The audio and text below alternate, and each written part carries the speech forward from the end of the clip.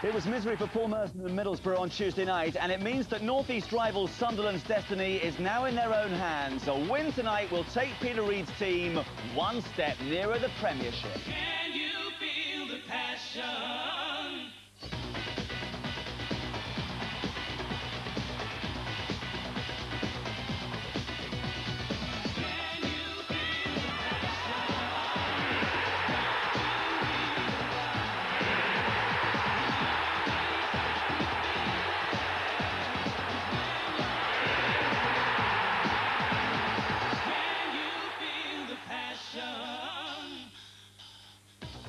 Standing in their way tonight are Queen's Park Rangers, Vinnie Jones and all, who badly need the points themselves. Relegation is a very real threat for the not-so-super Hoots.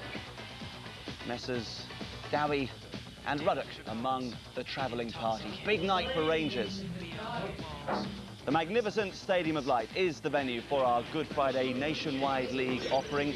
It's Sunderland, currently second and beaten only twice in 30 league games against 19th place QPR, who've won only 2 out of 20 in all competitions since the turn of the year. It's another 40,000 plus sellout this evening, and it really is boom time on Wearside. The average attendance of just over 33,000 is the club's highest for 32 years, and they reckon the atmosphere is worth a goal a game for the home side.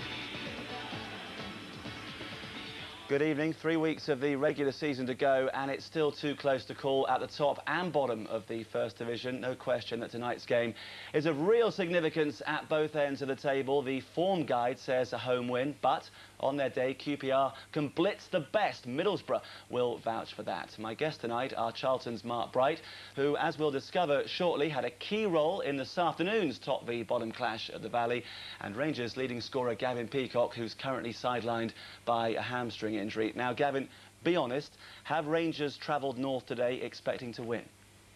I think we're going to expect to win, yes, but I think a draw would be a good result for us. You know, if we can pick up a point today and then we play Oxford at home on Tuesday, then we'll be looking on the road to safety. But a defeat really puts us back in there. Is team morale still high? It is, and we've had a couple of new faces come, which always helps at a time like this. Morale's high. Obviously, I would say that confidence isn't the highest. It can't be in this situation. But, you know, it's still very optimistic about the future of the club.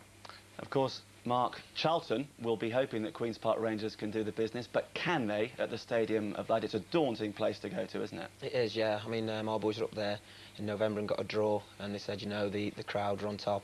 But I'll be a QPR fan for this evening. I bet you will. And I'm hoping they can pull off a shot, because, like you say, they beat Middlesbrough 5 at home, so, you know, it can take heart from that. And against better teams as well, they give you a little bit more space, and, you know, it's a nice pitch, it's a nice stadium to play in, so there'll be a few relishing the challenge. Well, Mark was in action this afternoon. Charlton at home to relegation-threatened Reading, and it turned out to be quite a day once again for Charlton. Talk us through it, mate. Yeah, we scored just after 6 minutes with a massive kick from Sasha Ilic right down the middle. Clive got a touch and towed it in. And Paul Mortimer bent this free kick around the wall. That was about 44 minutes, so that's 2 good times to score. And he enjoyed that, as you can see. he certainly did, didn't he? And then probably the best goal of the game, I think. Started and finished. No, it was good play from Sean. He's been playing well the last few games, showing his pace down the line, and a lovely little chip in. And, you know, I'm only a few yards out there, so I was really pleased. The deadly number 13, you're obviously not superstitious. No, I've been out a couple of games with an ankle injury and just pleased to get on. Well, here's the table, and time is running out for Reading, who've now lost 8 in a row away from home, 22 altogether, and they've let in more goals than anyone else. QPR start the night just 2 points clear of the relegation zone, but a win will lift them up 4 to 15. Charlton's win has taken them to within 1 point of Sunderland. They have played 2 games more, and their total of 78 points is a new club record. Well, Queen's Park Rangers made a very good start to the season, but precious little has gone right since then. Here's a look at their recent form.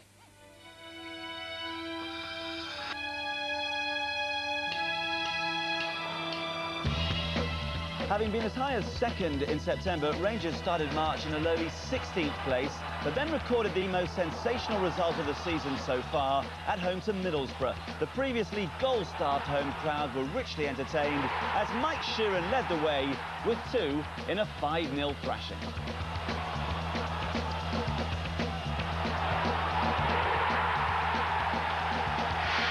It was a full storm, though, as the Leaks returned to the defence once again. Dele Adebola secured a win for Birmingham. Ife Onura did the same for Swindon.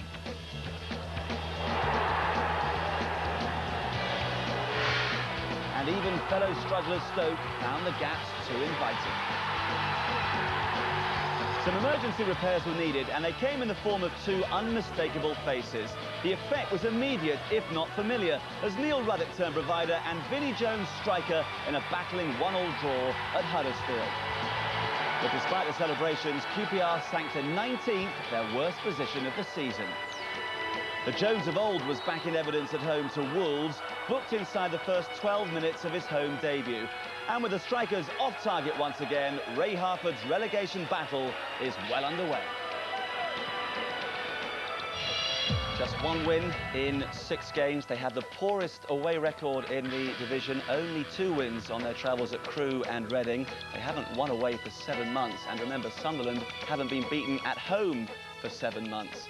Well, Ray Harford is their 7th manager in 10 years. He's under pressure, and he's now talking to Alan Bentley. Ray, when you arrived at the club, I'm sure you didn't envisage a relegation battle. No. What's gone wrong? We just haven't won enough games. And we've had a big turnover, to be fair. We've turned it around a bit, and it's just it's been too much of a rush. The ins and outs have been too hurried, you know.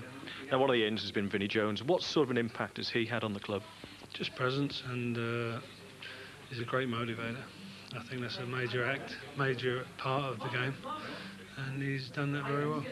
Have you, in fact, set yourself a safety target in terms of points? No. You just look at every game and hope to get 3 points. Now, of course, a couple of weeks ago, you beat Middlesbrough 5-0.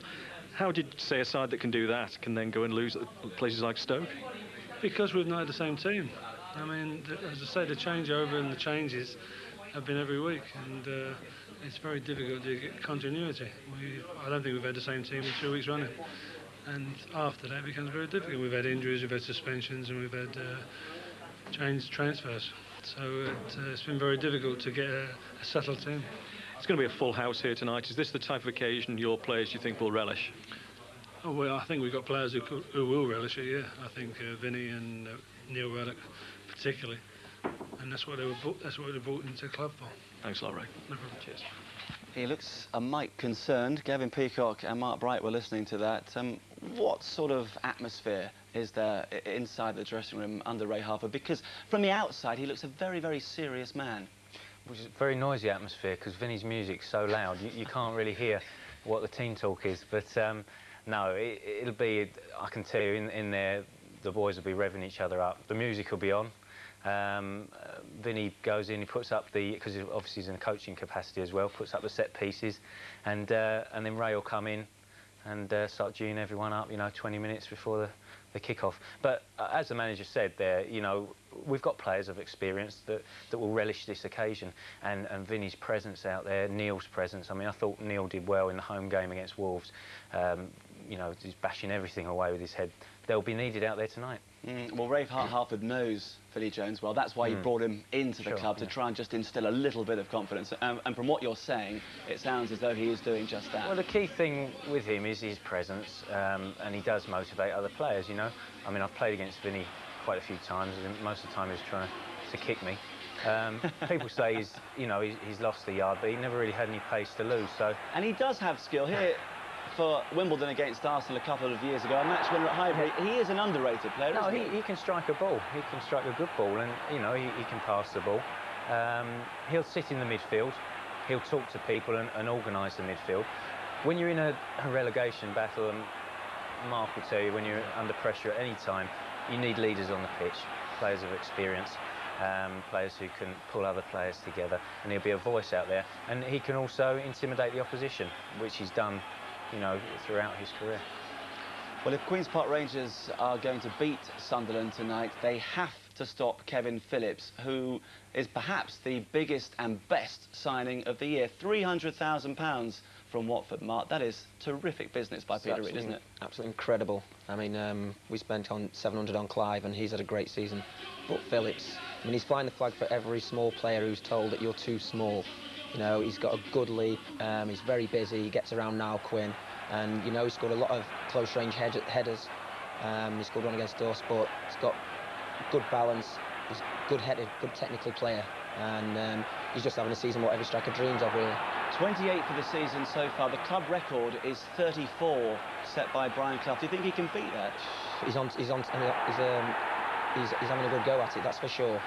He's just in a great run, and like Gavin will tell you, as a striker you get in a run, you keep plugging away, and you go out and you don't believe you're not going to score, and that's the sort of run he's in.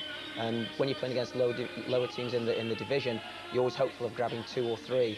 I mean, tonight hopefully will be a tighter game, but it's an opportunity for him to obviously extend his goal-scoring run. Well, Kevin Phillips is certainly enjoying himself at the moment. He's scored in 11 of Sunderland's last 12 home games, and he's a hero of those young and not so young supporters. They haven't had a lot to shout about just recently, Sunderland. Champions a couple of years ago, but straight back down last season. They're hoping to do the business. We'll hear from their manager next.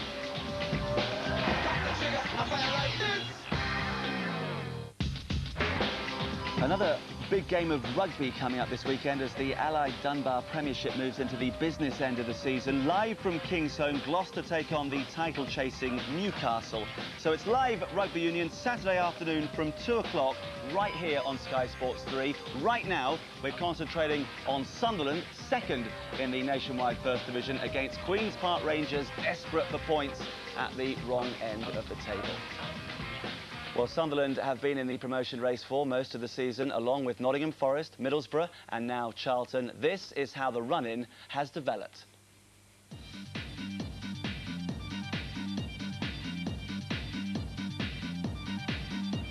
The beginning of March saw the biggest game of the season so far. First v second at the City Ground. But it was no contest. Forest, the runaway winners.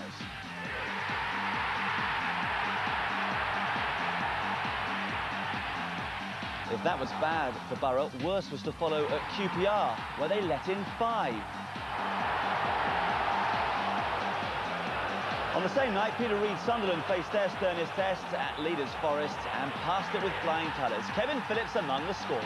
We're a decent team. We didn't show it at stages today. Middlesbrough didn't show it for stages on Sunday, and again Sunderland will feel the same when they played at Middlesbrough. They're the 3 teams that came down, and you know, they're battling for those 2 automatic promotion spots. There was no game for Borough the following weekend, but Forest and Sunderland both won. And Sunderland then took on an in-form Birmingham side and trailed until the last minute. Alan Johnston saving them a point. After being thrashed in their previous 2 games, Borough needed to put 6 past Swindon to regain top spot, and they did just that. Sunderland then faced Charlton at the Valley, and Kevin Phillips earned them a point. It's done well, it's a great cross to Phillips! But the draw wasn't enough to take them above their northeast rivals.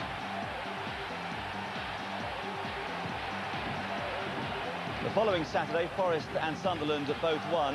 So Brian Robson's Middlesbrough needed 3 points against Norwich on the Sunday if they were to regain second spot. And helped by a Neil Maddison strike, they did just that. And the positions had changed again. With the comfort of a 2-point lead at the top, Forest then went to fast improving Charlton and came a cropper.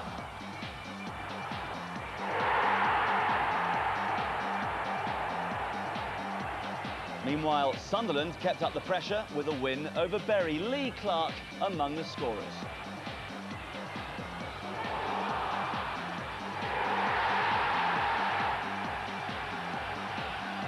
Middlesbrough's minds turned temporarily away from the league struggle to the Coca-Cola Cup final.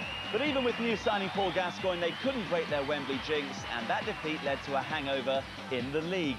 James Quinn was their executioner at the Hawthorns. He scored twice in a morale-boosting 2-1 win for West Brom, which further dented Borough's fragile confidence.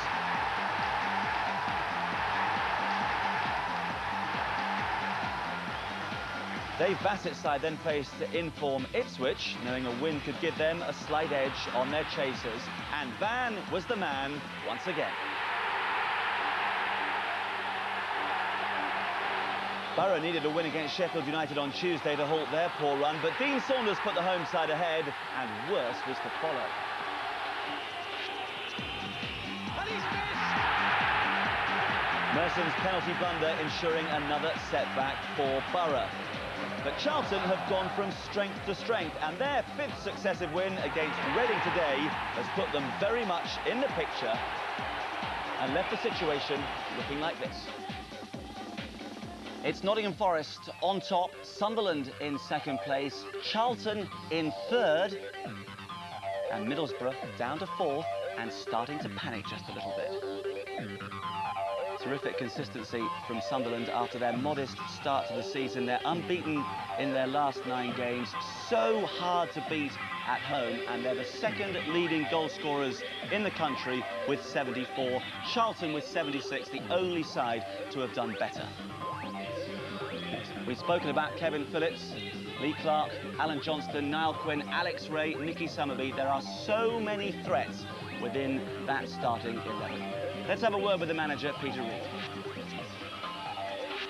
Peter, after the draw against Charlton, Alan Kirbishley said he surrendered automatic promotion. He's got a funny way of showing it, hasn't he?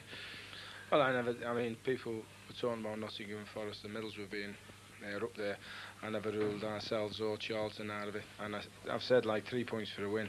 If you get on the roll, you get up there, and Charlton have done that. Now, Easter, traditionally, has been a period that can make or break a season. Do you think this time, though, it's going to go all the way, right to the wire? Yeah, it's an important game for us tonight. We've got 6 left. But I think it will go to the death.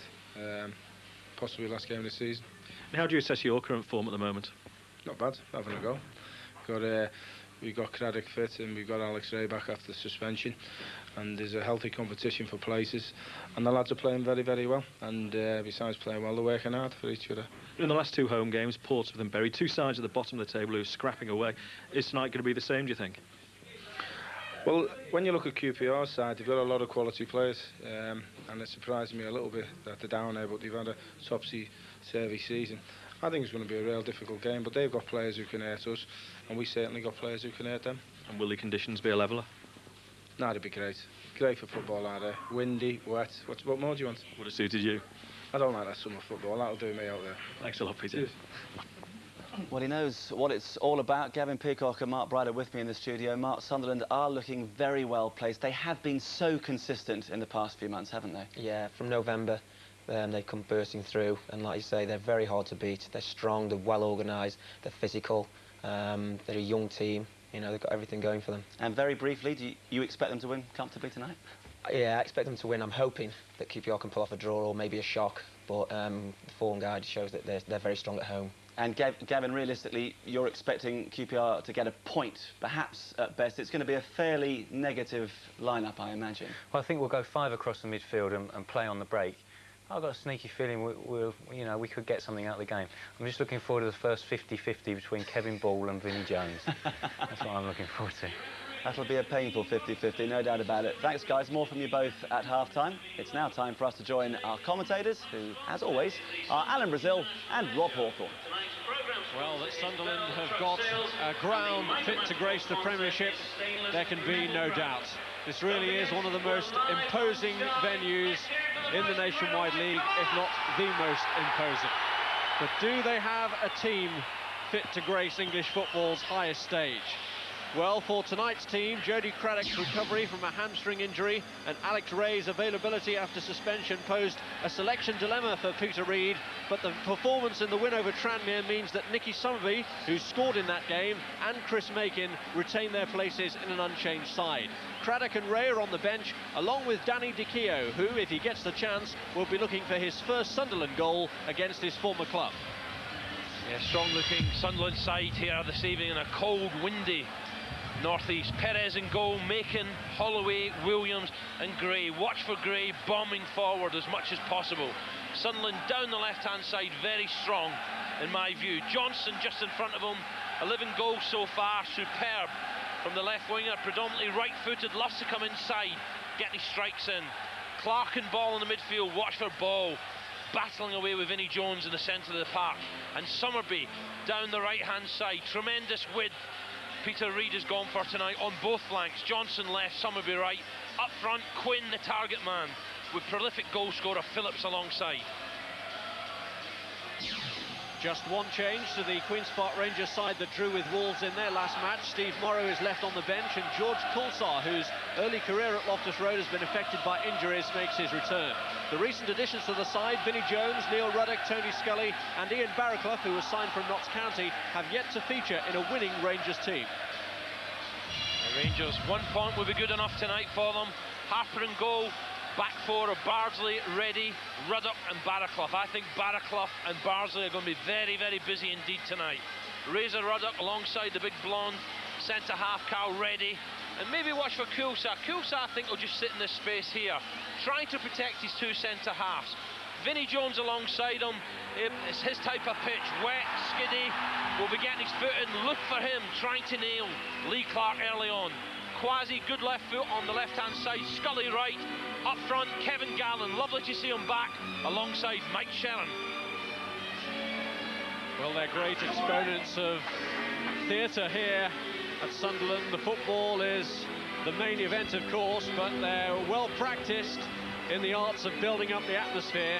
And as the teams gather in the tunnel, the strains of Prokofiev are already being heard around the stadium that will build up to a great crescendo as the sides actually come out onto the pitch, where they'll be greeted by biting winds and a torrential downpour.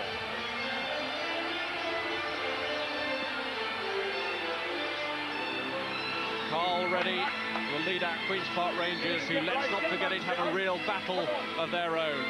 While Sunderland are battling at the top end of the table, they've sent for Vinnie Jones and Neil Ruddock as the gritty battlers to assist their strange and unexpected fight against relegation. This from a team that was expected to be battling at the top end of the table earlier in the campaign. Kevin Ball, who has a great appetite for these battles and will be particularly looking forward to his contest with Vinnie Jones.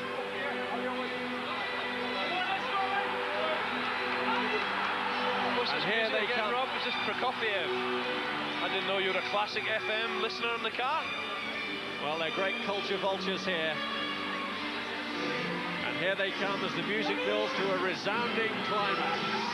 This is a bit of Marcus Butland music, this is.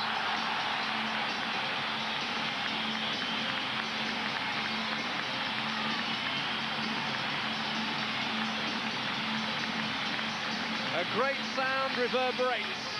Vinnie Jones and his Queen's Park Rangers team can be expected to dig in. A crucial battle ahead for them. Sunderland against QPR after the break.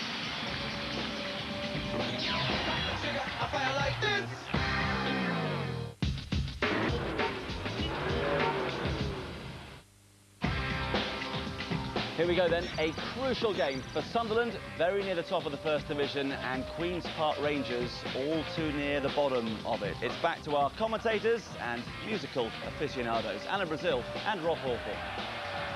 Well, Kevin Phillips is a goal-scoring aficionado this season. He scored in his last 4 successive matches, and of 12 Sunderland wins here, he's scored in 11 of them. Can he carry that on tonight against a defence that will be marshalled by Neil Ruddock, who started this season playing for Liverpool in a 1-1 draw with Wimbledon up against Vinnie Jones, but tonight they are partners, having drawn both their previous games in Rangers colours.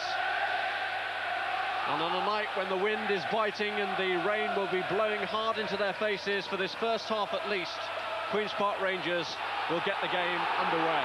The last thing that they will want is to concede a goal early on. They'll be hoping to frustrate this massive crowd. And Ruddock tries to put the Sunderland defence under early pressure, but Gray is there to meet it.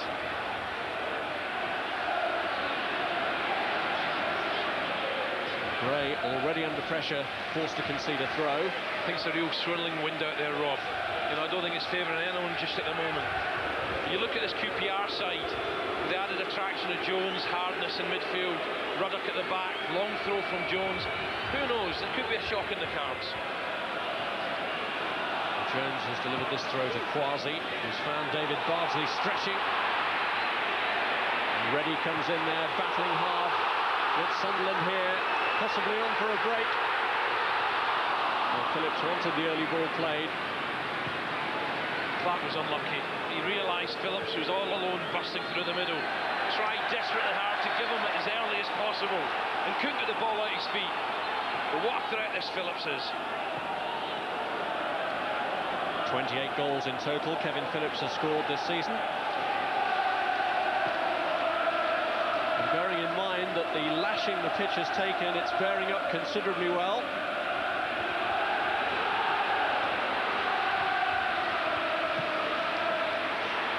Alan Johnston.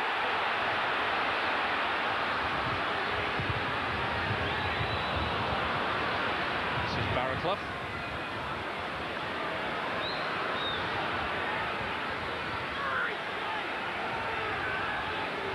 Jones. This is Barraclough. Scully. Left by Quasi. Snapshot from Mike Sheeran. Sheeran, who's gone 5 games without a goal since the 2 he scored in that 5-0 victory over Middlesbrough, which is the one high spot of Rangers' recent run. It's the only victory they've enjoyed in their last 11 matches. And that has seen them looking anxiously over their shoulders at the teams in the bottom 3. Here's Lee Clark. Challengers by Barraclough. This is Scully.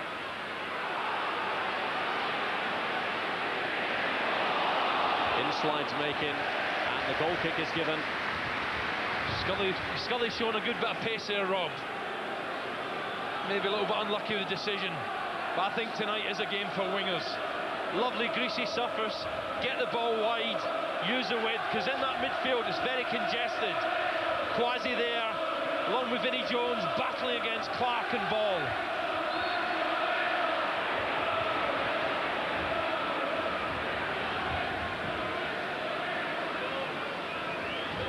Well, the Sunderland wide men, Alan Johnston, the right-footed player who plays on the left, and Nicky Summerby, who had a little spell out of the team before Alex Ray was suspended. Yeah, Mike Sheeran with a challenge there. It'll be interesting to see Mike Sheeran tonight. A very unhappy season, I believe, for this guy when he's on his game. Tremendous player, very quick, good control, great eye for goal. Maybe tonight's his night. Queen's Park Rangers have had such a poor away record this season that you wouldn't necessarily fancy them in this encounter tonight.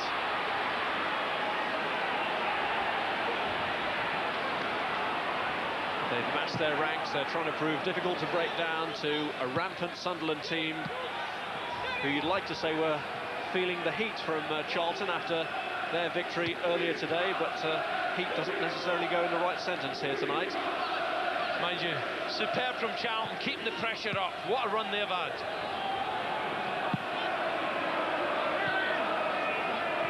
It's a throw-in to Queen's Park Rangers, and Ian Barraclough, who swapped the 3rd Division Championship with Notts County for the relegation dogfight in the 1st Division, is to take it. Jason Allen, can you hear me okay through this lip mic? Here is Quasi.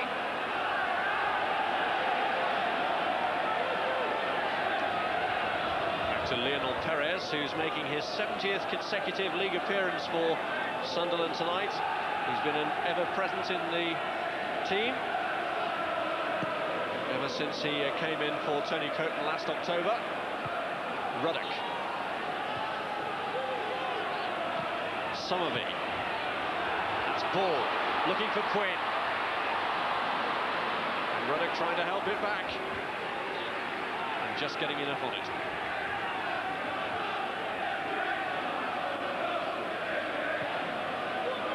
Five minutes gone, no score.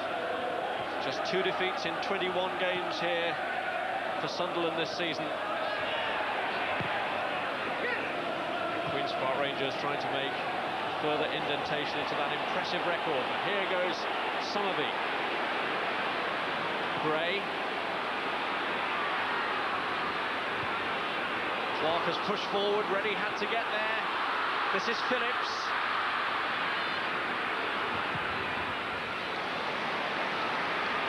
Good early pressure this though from Sunderland. Johnston. Phillips was trying to steal in, and not yet. Goalkeepers have got to be careful on this sort of surface. Well, it's not just the surface, Rob, is it? It's the wind is swirling all over the place there. And Harper, who looks out of this comfortably, just takes his eye off at the last minute, spills it, and that could have been costly. Ball wide, balls in the box are going to cause defence's nightmare tonight. Very unpredictable wind.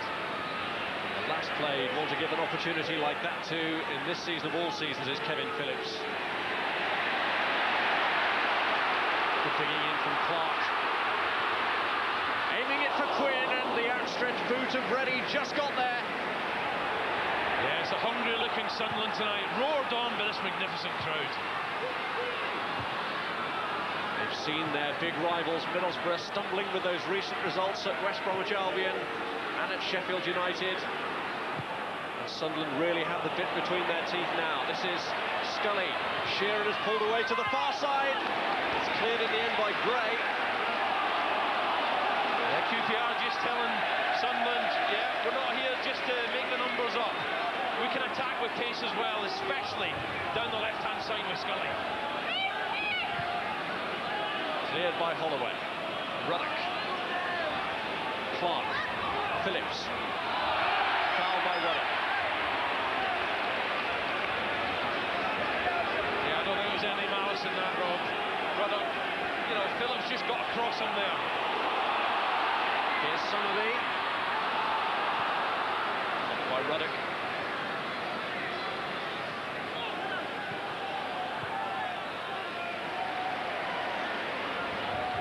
Williams.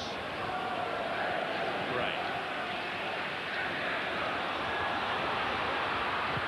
Johnston setting up on another serve, looking for Phillips.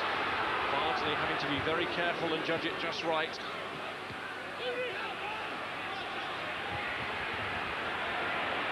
Marzi. This is Barraclough. Tony Scully, who's at his third club of this season after spells with Manchester City and on loan at Stoke.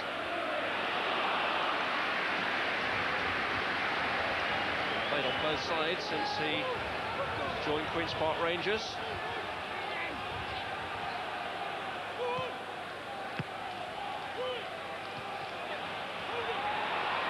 Here's Gallant, Sheeran to his right, but he's gone for the target. Well, Kevin Gallant can certainly hit them, Rob. There's no doubt about it, and Sunderland can't afford to back off him in situations like that. Williams and Holloway were quite content and suddenly realised the danger, but Gallant packs a powerful punch. Gray. Well, he's looking to make a name for himself there, Michael Gray. I think they got a lovely balance up the left-hand side. Michael Gray, who himself played wing-back for a lot of his career, loves to bomb forward as often as possible. Johnston just in front of him. You know, he can go outside or inside, comes inside in his favoured right foot. Nice balance down the left. Rangers have to be very careful there. Had a plentiful goal-scoring supply from Quinn and Phillips of Sunderland, but it's been due in no small measure to the service that's been provided by the likes of Johnston and Gray, who many feel is wasted as a defender. Well, I think if Sunderland get to the Premiership, and there's no reason with a good result tonight to help them on the way, I think Peter Reid will be pleased with that switch back. Gray playing in a deeper role. Still very exciting and full flow when he's going forward. Kevin Ball. Holloway. Clark.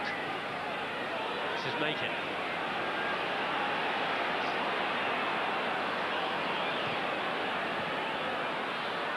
Quinn battling to get there against Reddy. This is Gallen.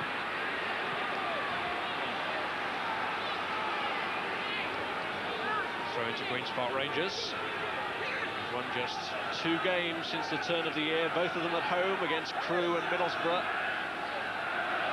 Crewe is one of only 2 grounds, away grounds, where they've won league fixtures so far this season. Johnston.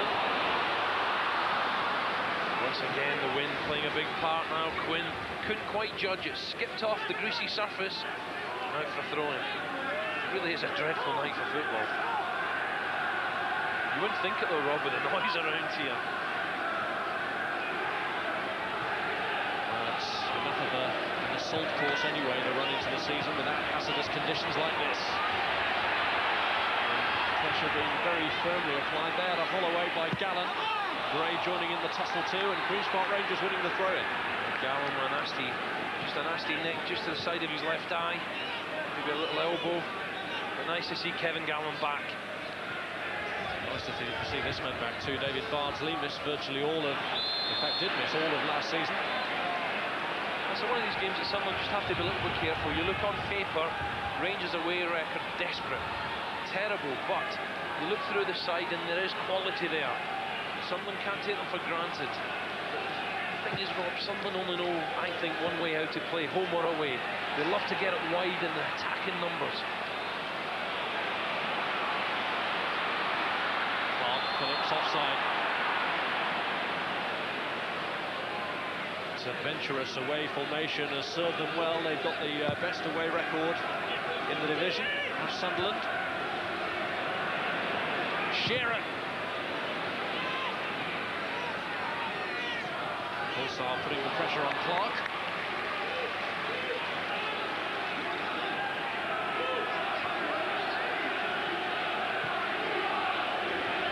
There's Gray with the throw.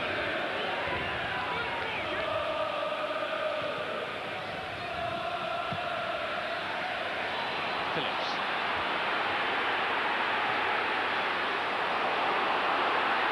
Somebody looking for a run, and Macon has made it down the inside right channel. Surely should have got it as well, Rob. Great run from Macon. The crowd were willing Nicky Summerby just to play it in the space. Hitting it against him, and Harper coming to Rangers' rescue. Yeah, Nicky Summerby just had to ease it into space for me there. As Chris Macon had made 50, 60 yards there. I tell you what, when you make runs like that, Rob, you don't get it. You don't make too many more.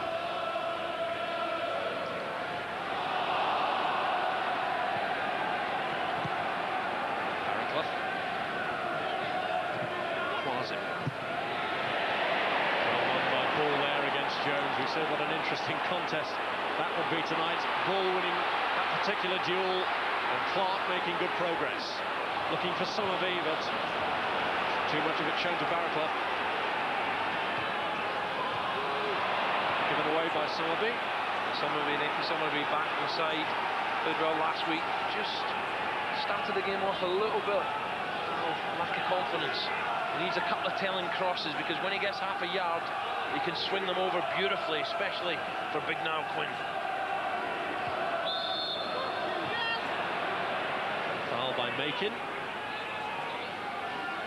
Summerby, though, under pressure tonight to retain his place in the team, with Ray available again after that suspension for his sending off in the match against Charlton that we saw live on Sky. The sending off against which they appealed, but the referee stuck to his original verdict. Ruddock taking the free kick, having seemingly engaged in a bit of banter with the crowd, and Ruddock's kick has led to the corner. Ruddock's got a great left foot on him. Also a threat at corners. Just making his way into the box, the far post. With Vinnie Jones there too. Good presence in the air from Queen's Park Rangers. It'll be an awkward night to defend against corners. Scully's kick, though, comes back out. Defending by Barraclough. Summerby in on Scully. This is ready. Scully again. Kevin Ball is absolutely disgusted with that decision there, but for me, it was 6 of one, half a dozen of the other. We're both in a little tug.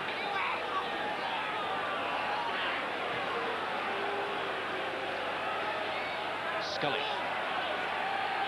Ready has stayed in the attack as Scully misses his kick, and here comes Phillips battling away with Quasi. Gray. Johnston. Gray takes over again. Phillips. Clark has slipped into a good position. This is Quinn. Oh, so close from ball. Tipped away by the goalkeeper. Yeah, great, lovely interpassing. Slick as you like. And Lee Harper, I think he sees this very late, gets down his left-hand side. But beautiful first-time stuff. Bends it round the defender, and that's a smashing save. Harper does tremendously well. Great play from Ball, bends it round the defender. Great stop. In goes Somerby's corner. And there are appeals for handball. And it's played back in, and again another magnificent save. Quinn's shot surely deflected, and Harper still diverted it over. Yeah, screams for a penalty, and then it fell back to Big Niall Quinn. Tried to direct it to the top corner, and as you say, Rob, we'll see in a minute, that was deflected. Another top save. All the action is inside the Queen's Park Rangers penalty area. Somerby this time whips it in. Quinn had a chance here. I think he just took his eye off the ball at the last moment there now, Quinn. Vinnie Jones was close to him, but was it a penalty earlier? Sunderland arms go up, but the referee was the wrong side. Look at the referee there. There's a strike, it definitely hits an arm, but the referee was the far side. Mike Sheeran, half kicks, and Quinn was unlucky at the second attempt.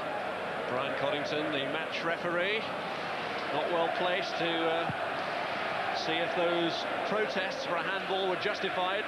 It's difficult, Rob, isn't it, when it's 5-6 yards away and it suddenly thumps into someone's hand.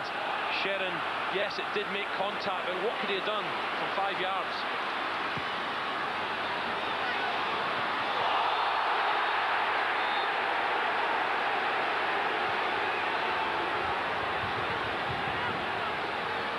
The rain driving down again around the Stadium of Light. Sunderland turning the heat up. Queen's Park Rangers, the 21st visitors to the Stadium of Light. It's not been the best start for them. An inhospitable evening with the rain lashing down and the wind and rear side really whipping into their faces. And so far, all the action has been in front of their goalkeeper's face. Lee Harper producing 2 excellent saves, one to deny ball and the other to deny that deflected effort from Niall Quinn. Great goalkeeping from Harper. Especially on a cold night like this, you know, he's standing up there, the wind's blowing right into him. And I thought that was 2 absolute top saves.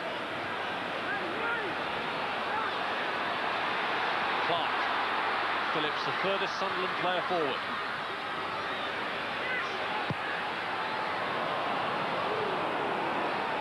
Lee Harper didn't have the most auspicious of starts when he almost dropped one to Kevin Phillips, but since then he really has been producing the goods. Yeah, just hit Quinn here. Sheeran goes to close down. It definitely deflects. It's heading to the top corner and turned over beautifully. Lee Harper wasn't picked in Ray Harford's first 6 matches in charge. He was dropped after the 3-0 defeat against Middlesbrough that marked the end of Stuart Houston's reign, but made his comeback against the same opponents when Rangers were knocked out of the cup by them. Sunderland in midfield are swarming all over Rangers now. Great movement. Scully. I think the also Sunderland are very aware of the threat that this little fella Scully, you know, can carry, because he's so tricky with the ball at his feet. But Macon and Somerby getting back there, doubling up on him. Somerby having to defend a little bit at the moment, just back there helping Chris Macon. I'm sure Peter Reid would like to see him swinging them crosses in up the other end.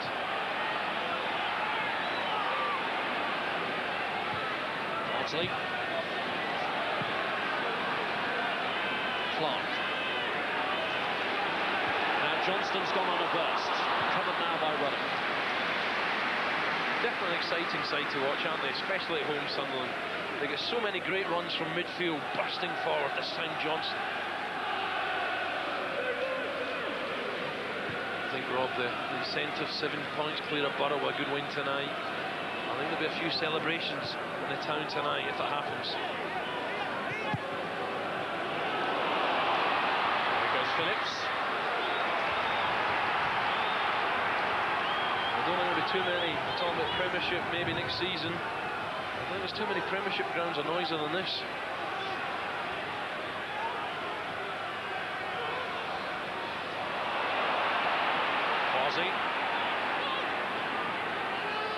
Scully.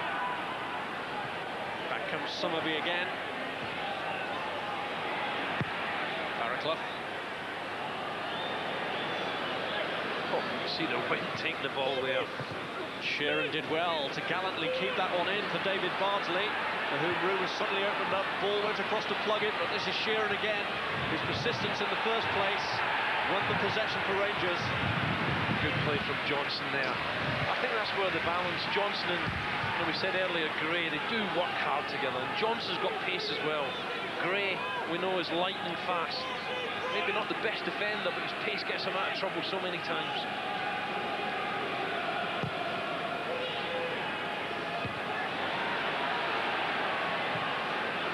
It's Gray. Quinn.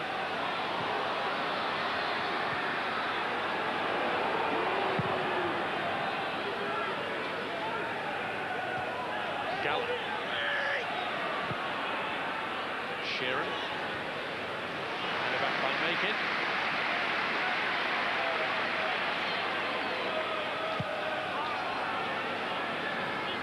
Up to the halfway point in the first half, and for all the good football they played and the pressure they built up, Sunderland still haven't managed to break through, and that in itself will give Ray Harford some confidence. He knew the last thing his side needed was to concede a goal in the opening quarter. Rangers started the first few minutes okay, but the red and white jersey surging forward at every possibility now, every possible chance. The Rangers are digging in.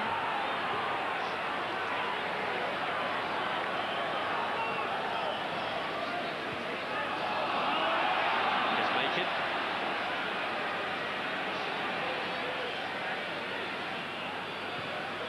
Rangers fans vastly outnumbered here tonight, but for those who made their way through the flash floods and bad weather conditions, yeah, you have to compliment them. That's what it means staying in Division 1. Desperate for a result tonight. So tight down there at the bottom. Good layoff from Phillips, and it's Gray on the charge. Sowerby's gone into the box. Unlucky from Gray. That's again down the left-hand side. Tremendous pace, pushing forward. And Summerby does well here. Out on the right-hand side, suddenly realises he's the closest player to Gray. Tries to make his run into the box, now trying to get across the defender. Good defending. Razor Ruddock. His experience has been demonstrated amply already tonight. There he is again, Ruddock. Ball trying to get underneath it. Quasi just getting in the way. Gray. Intelligent ball from him through to Quinn. Not cleared convincingly. Shot from Clark deflected back. The problem there, Rob, when Quinn done his magic, people like Clark, they were all on the edge of the box. No one had made the burst into the box, but good skills from the big fella.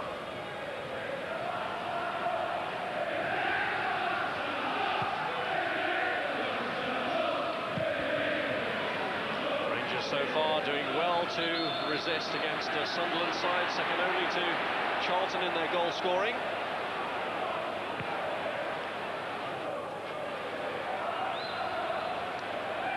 A reminder of the action coming up for you here on Sky.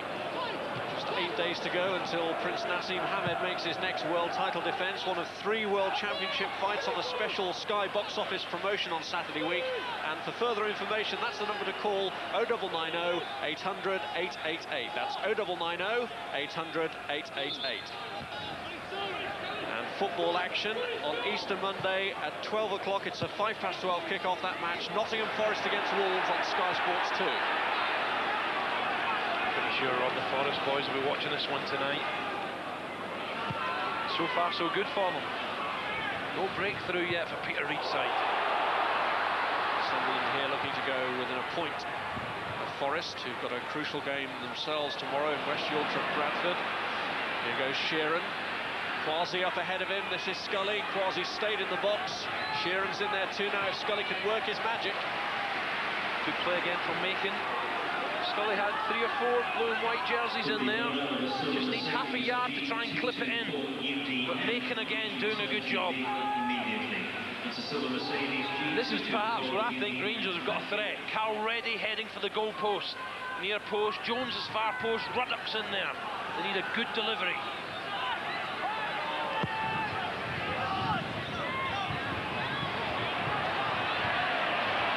Well, pressure then on Macon to get that one away, and they've succeeded in doing so. Gray has made some useful surges. Tulsar there have made a useful intervention. This is Somerby though. Clark. Quinn and Phillips at the head. Intelligently looking to his left to Gray. Not the ball that Alan Johnston would have wanted. Not in conditions like this. It's got to be almost a feet. I think Sunderland before the game watered the pitch heavily as well, Rob. They do like a nice slick surface here.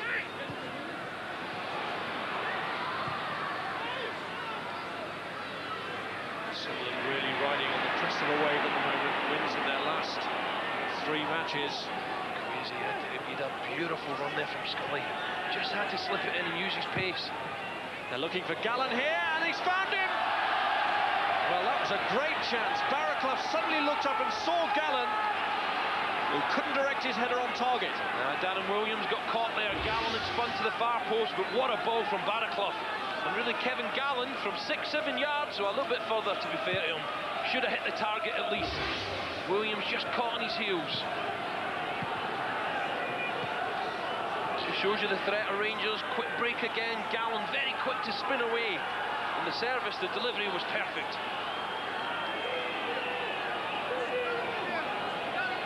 Rangers' best moment of the match so far, and Sunderland's most worrying.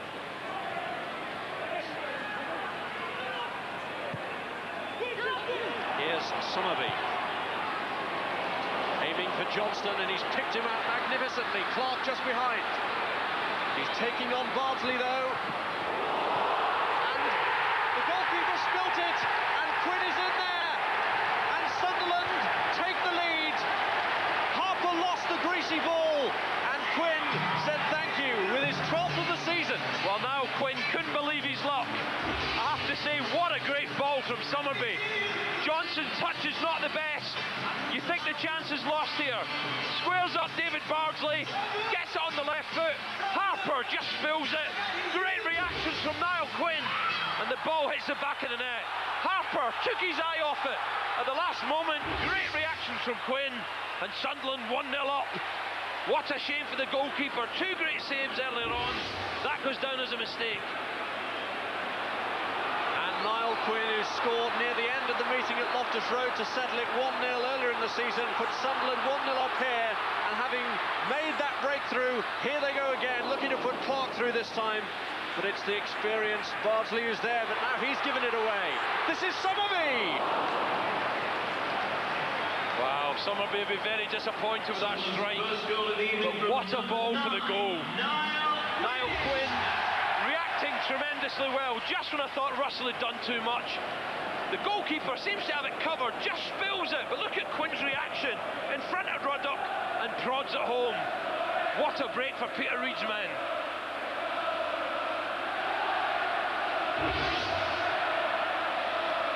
Well, Quinn's banged in quite a few goals against Queen's Park Rangers down the years, 5 in his days at Manchester City, 1 in his former life at Arsenal. And now his 2nd this season against them for Sunderland, having settled the meeting at Loftus Road in December. And here's Johnston, who set it up for him with a cross. Clark.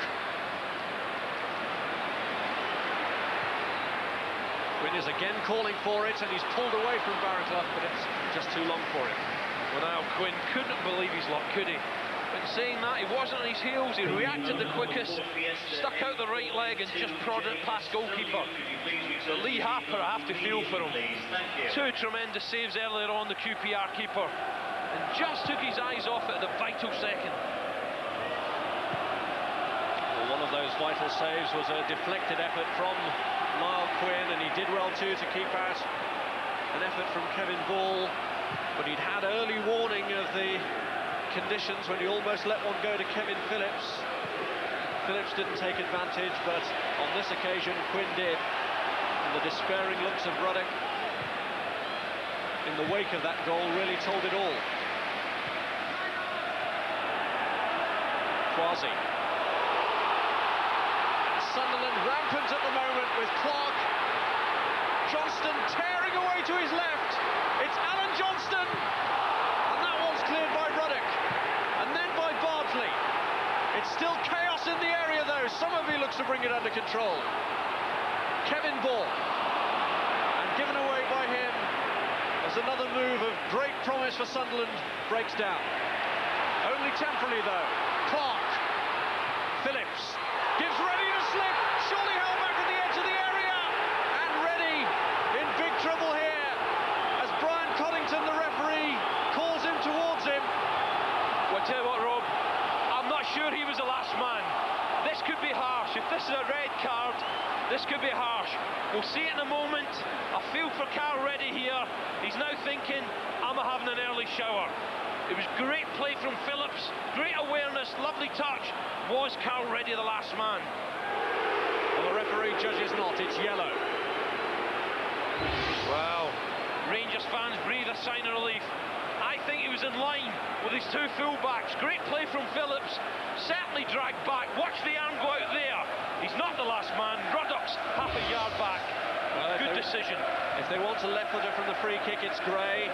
If they go for the right foot, it's Alan Johnston. Whatever, Queen's Park Rangers defence under real pressure after the giveaway of this free kick from Carl Reddy for hauling back Phillips. And it's Johnston. And it's squandered. No, it's really difficult. The wind's swirling all over. Maybe it's best someone has a blast. But Carl Reddy, for 1 minute, I thought, oh, he's going for an early shower. But the trickery of Phillips was superb. Showed a little turn of pace as well, Kevin Phillips. Reddy had to tug back at him. He really is a handful, this kid. 28 goals. What a season. Well, it may not be a red card for Carl Reddy, but as you will have seen, a fifth yellow means that he will miss a match in the Queen's Park Rangers run-in. And if the battle for relegation becomes increasingly desperate, then that could be a crucial absence. Ray Harford estimates that they need at least another couple of wins to make sure of their status in the First Division. Two home games, Oxford and Bury. Well, they're fighting for their lives too, so it won't be easy. Here's Ruddock. Scully was away through the middle. Defending was by Holloway. This is Quasi to Gallen. Sheeran. Scully's in the box, it's long. And he's done well, Scully.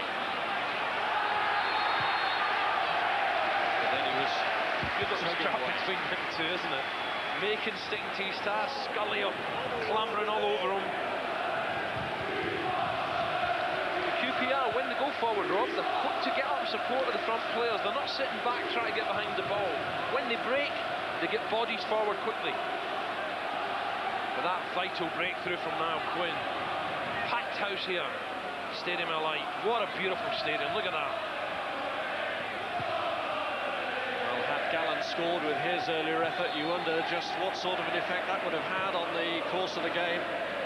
But when he was unable to trouble Perez, and Sunderland later scored through Niall Quinn, that may well be the whole story. Certainly Sunderland fans hope so. Sure, Reedy. Another 10 minutes to go. We're saying, come on, boys, let's stick another one in the bag. 2-0 are going happy at half-time. Clark. Ruddock immediately coming under pressure from Alan Johnston, who's battled so hard for Sunderland already.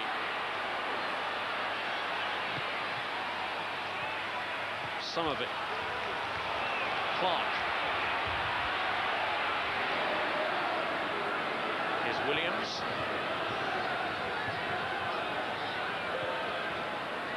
Make it. Holloway under pressure. A moment ago, everyone except Perez was inside the Queen's Park Rangers half, but now they're breaking with Scully.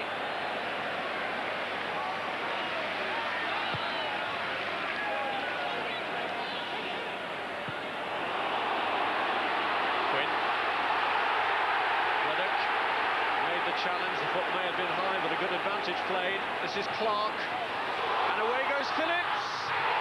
Well, the goalkeeper left him a gap to aim at, but he hits the side netting. I tell you what, Rob, I thought the keeper got a touch on it.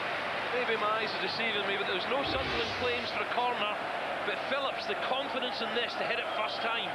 Threaded through, it's an acute angle, blasts away in the side netting. Harper, I think, had it covered anyway, but just takes it on the run. Good strike, going for that little gap that Harper left him. While that move was building up, Queen's Park Rangers were already concerned about an injury to Nigel Quasi. Appears there might have been a clash with the Sunderland captain, Kevin Ball. Yeah, there's no doubt, Rob. Quasi played a delightful ball out to Scully. That's why Ray Hartford's having a go at the linesman. There was definitely a late challenge in there. Kevin Ball, we know what he's like. He puts his foot in every time. But Quasi was just sweeping it out left to Scully when he was caught, and this looks a nasty one. Nigel Quasi, who's now a regular part of the England under-21 squad and played in the last match against Switzerland. Ray Hartford's very angry down there, shouting instructions, hoping Quasi can run it off. Give him 5 minutes. Let's see if he can run it off just before half-time. It's horrible when you get a knock like that in the ankle, Rob. Studs left there on a cold night, and it was Kevin Ball. Quasi was just about to lift it out to Scully. Good spot. There's a challenge there. I don't think it was the first lunge. I think it was the following foot that maybe caught the youngster.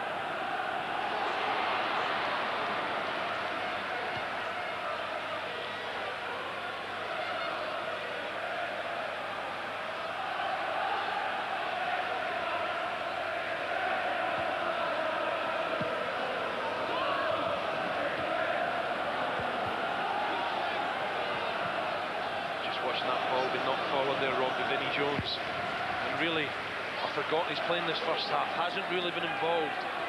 The Sunderland midfield has been swarming all around him. Clark, Johnson coming in from the wing, really have been busy. Ball hit him early on in the match. Jones, I'm sure he's doing a lot of talking out there, encouragement, because QPR's spirit is still high. He needs to get his foot on the ball and start getting his foot in, more tackling in that midfield area. Sunderland have got great width either side. They're bypassing the midfield.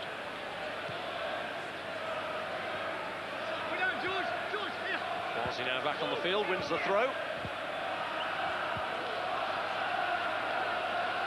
Comes short for it from Barraclough.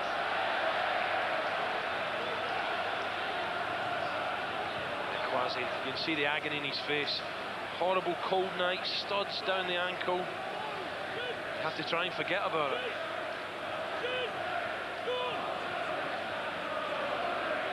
Al Quinn, scorer of the only goal so far.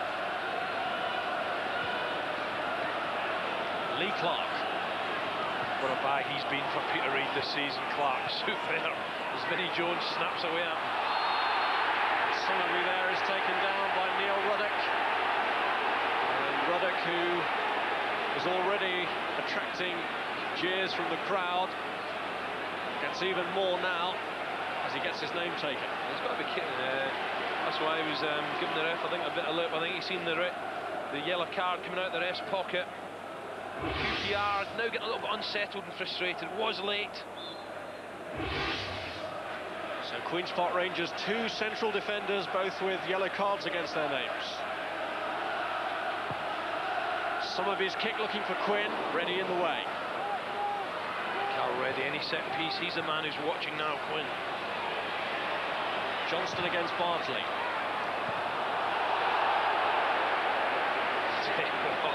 Since them 2 early saves, Lee Harper, he's looking decidedly dodgy. The ball squirming out his hands again there. Player Harper, who followed Stuart Houston from Arsenal, as did Matthew Rose and Steve Morrow, who are both on the bench tonight for Rangers.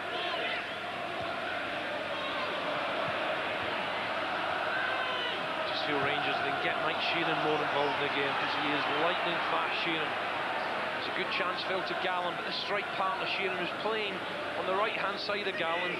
He can just get a good service up to Gallen to hold it up, and Sheeran can play off it. Bartley whips this one in, and Gallen looked to get in between them that time.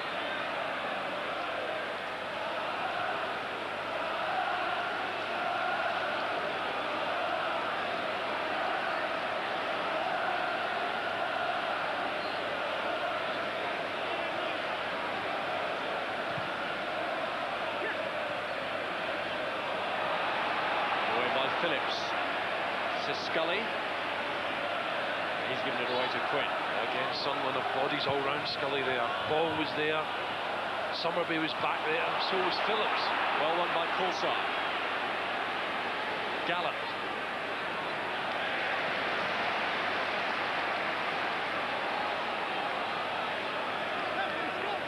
Sheeran.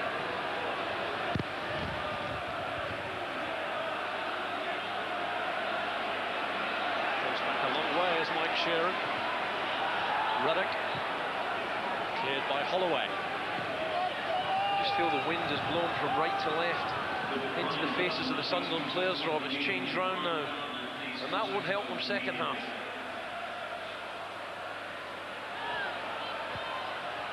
Concern in the Sunderland ranks, it seems, that they've just lost the initiative. Bobby Saxton has just been out from the dugout trying to inspire more effort. This is a dangerous period for them. Quasi whips this one across. Reddy was the player at the back post looking to pick up the pieces. Good play from Quinn though. Quinn spotted Cal Reddy getting forward, tracked him all the way back. Centre forwards don't like doing that. But Cal Reddy, the Welshman's a big lad, and now Quinn doing his job superbly well, getting back there and just knocking it away. Is this going to be a Vinnie Jones long throw special? Keeper Reddy. There's Bardsley.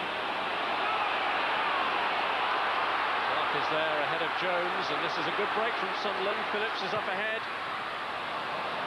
I would say Lee Clark, you know, he hasn't got an abundance of pace, but there's 3 times now in this first half where he's burst forward from defence, got on the ball and carried the ball a full 30-40 metres.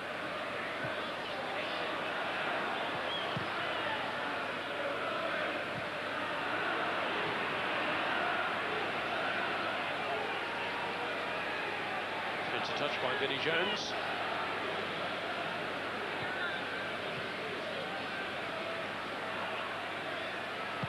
Great. The back of Reddy's head, but Ruddock is there.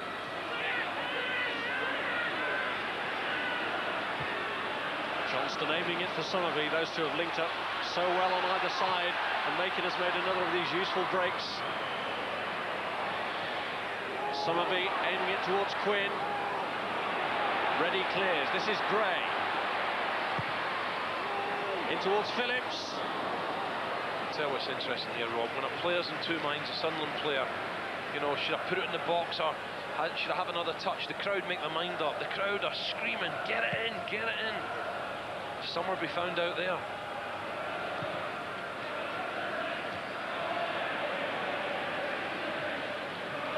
Such a devastating blow for such a hotbed of football in the northeast when Sunderland and Middlesbrough were relegated from the Premiership at the end of last season.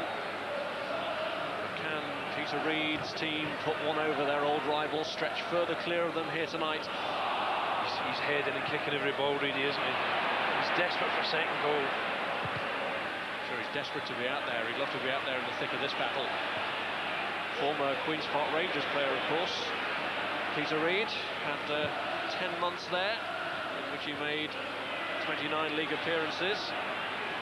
With this new stadium, he wants a bit of Man United and Liverpool's here next season. I'm sure Brian Robson, Dave Bassett have got other ideas. Summerby looking for Phillips, and the flag is up for offside.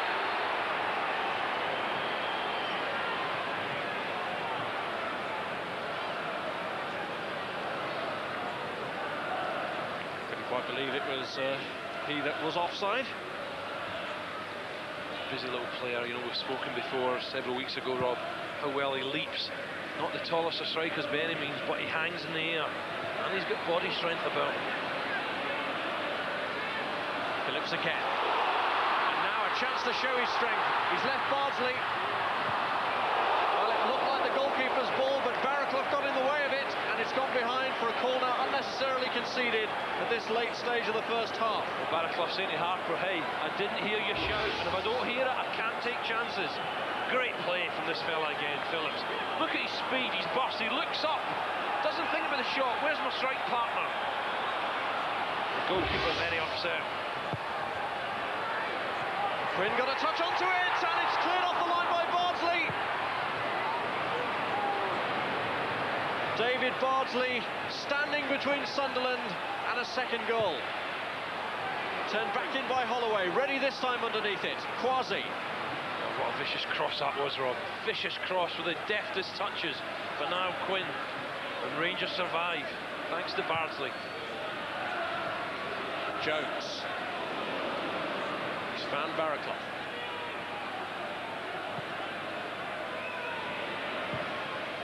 Williams. Summerby. Phillips.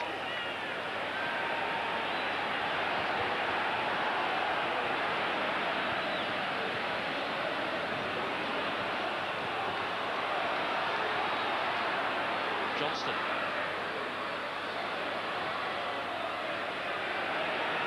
Ball to Summerby.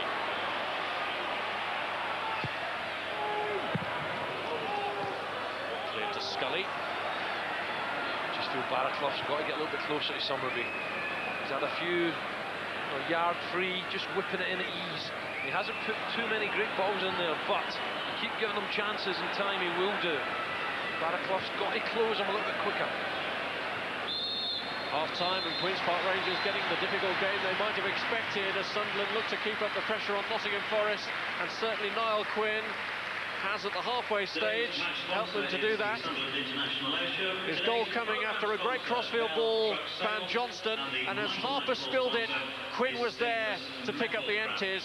He could have made it 2-0 in first half injury time with this flick, but David Bardsley on the line stood between Sunderland and a second goal. The big Irishman, though, has put Sunderland in the lead at the halfway stage, where it's Sunderland 1, Queen's Park Rangers 0.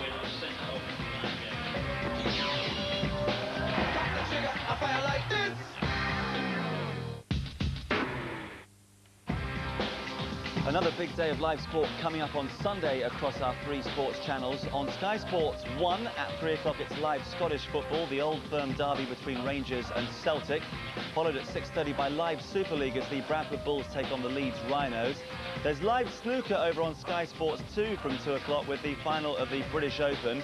And here on Sky Sports 3 at 3:30, there's live Superbikes action from the qualifying heats at Donington. And at 6 o'clock, it's live NFL Europe as the Amsterdam Admirals take on the Scottish Claymores. So another big day of live sport coming up on Sunday across our 3 sports channels. Half-time at the Stadium of Light, it's 1-0 to the home side. 9 attempts at goal by Sunderland, just 3 from Queen's Park Rangers, 3 on target for the home team. Rangers a little toothless when they've gone forward. They've lost the corner count by 4-2 as well. 2 bookings, Carl Reddy, perhaps a little fortunate to be shown yellow rather than red, and Neil Ruddock. And as far as the action areas are concerned, well, that says it all, doesn't it? Very much Sunderland's half, but Rangers still have time. Big game for both sides. Conditions aren't great, of course. My guests tonight are Gavin Peacock and Mark Bright. Well, gentlemen, you both want Rangers to win for different reasons, and so far it doesn't look too good, does it? No, I thought we started off not too bad. You know, we were containing them, looking quite dangerous on the break. And then Sunderland started to get a grip of the game, and obviously got the goal that they needed. Now it's going to be very hard for us, but with 1-0 down, you've still got a chance with 1 goal. It's if they get the second where it's going to be very difficult. Well, from a Rangers point of view, it was a very disappointing goal to give away. Lee Harper had made a couple of very good saves prior to this game. He was looking solid, made a couple of great saves, and was a great step over. And I turned away. I thought, yeah, that's in his arms, and it's just slipped out. I don't think he can believe it. From a striker's point of view, Mark, Niall Quinn did well there, didn't he? He did. He followed it right in. I mean, I was same as Gavin. I thought it was straight into the keeper's hands, but he never really had hold of it. It seemed like hit him on the fingers and come off his chest. And Neil Ruddock's just shielding Niall Quinn away, but Niall gets his long leg around and he poked it in. Well, I mentioned that Harper made 2 good saves earlier in the game. The first from Kevin Bull after a lovely move, despite the conditions. Sunderland here stringing 3, 4, 5 passes together before the shot from Bull. Yeah, it's great movement, good passing sequence. A great layoff, and Bull has put a great shot in there. There's where Lee's down to it and a great tip round the post. And he was looking in good shape. And you're going to expect Sunderland to come at you, expect them to have pressure and have shots. And I thought we were weathering that quite well. But I don't think, you know, the lads will be too despondent at half-time because it is only 1-0. You're still in with the shout. If we can get another one, it's a point, you know. Well, from that corner, all sorts of shenanigans inside the Queen's Park Rangers penalty area. There could have been a penalty. There could have been another goal for Niall Quinn. First of all, the claims for a penalty. Mark, what do you reckon against Mike Sheeran? You have to look at the players, and all the players react the same. All the Sunderland arms go in the air, appealing for a penalty. And better angle if you see here, from this perhaps. angle, yeah, Niall Quinn, he pulls off Cole Reddy. He gets a good side foot on. I think it just hits Mike Sheeran. But as you see there, all their arms go up in the air. And Mike Sheeran miskicked it, and now and Quinn almost took advantage anyway, Gavin, didn't he? That's great instinctive play. You know, when you're a striker that's in form, you know where the keeper is, wherever you are in the box, and that just came to him. He knew where the keeper was, and he's gone for the curling shot in the top corner. One big chance for Queen's Park Rangers. It fell to Kevin Gallen, and perhaps he should have headed the ball back across the penalty area. Mike Sheeran had come in to give him a little bit of support. What do you reckon, Mark, on this one? Yeah, this was the pass of the night so far for me. As you can just see coming into the pitch there, Mike Sheeran. Maybe given benefit of the doubt with 40,000 people there, if he was calling, you probably wouldn't hear him. It's just a bit of awareness there just to know a little.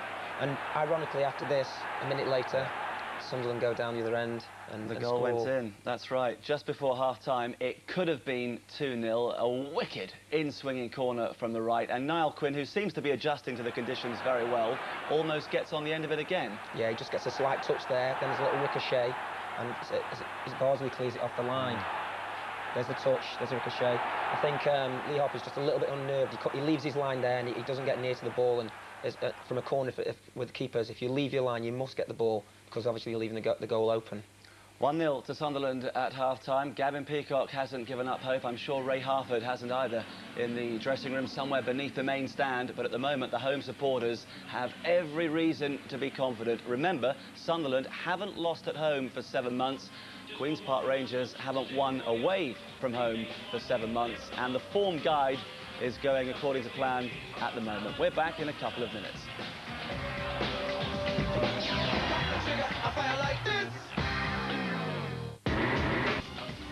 Half-time at the Stadium of Light. Sunderland, second in the First Division, lead Queen's Park Rangers, who are 19th, by 1-0.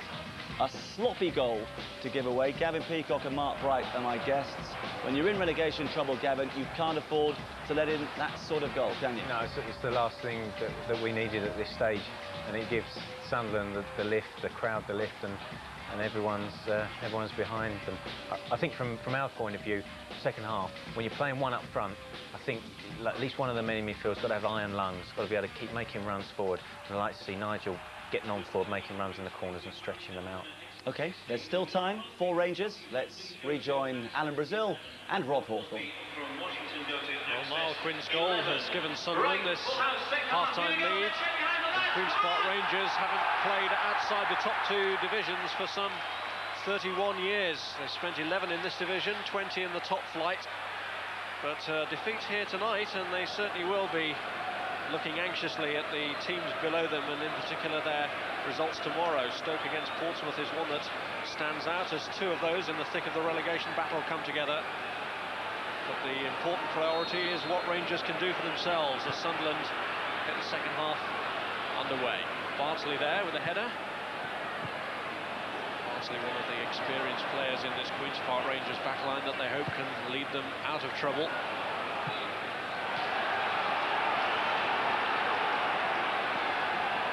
Just got a feeling, Rob, with Sunderland with the wins at their backs now, the message from the dressing room is, come on, quick second goal, kill them off. His ball, a flick from Quinn, and Clark is suddenly onto it.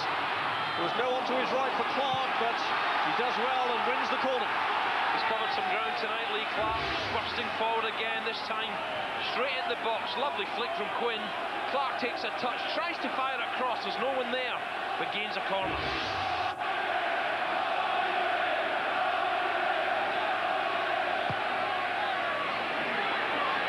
Ball is arriving. Barclough.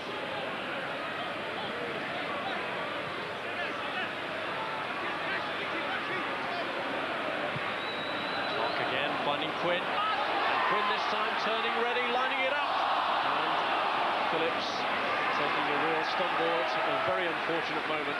Well, Phillips will be very disappointed, but what a bit of skill from the big fella now, Quinn. Anyone who doubts his ability in the ground should just watch that.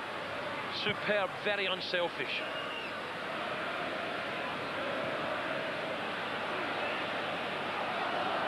Bartley. Cleared by Gray. Quasi. This is Sheeran.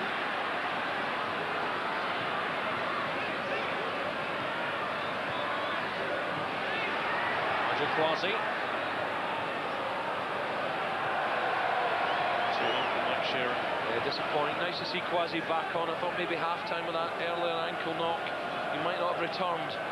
But Sheeran, you know, he's trying to find Sheeran again overhit. This fellow, he's electrifying burst, great pace. They have to use him more. Better quality to the feet of Mike Sheeran.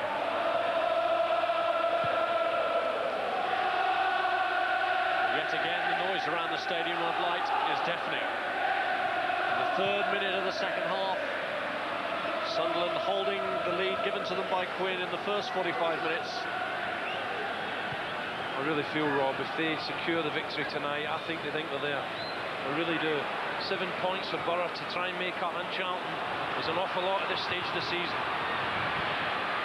It's one of 2 games in hand that they have over Charlton, who went within a point of Sunderland after their fine 3-0 win over Reading earlier in the day. Phillips.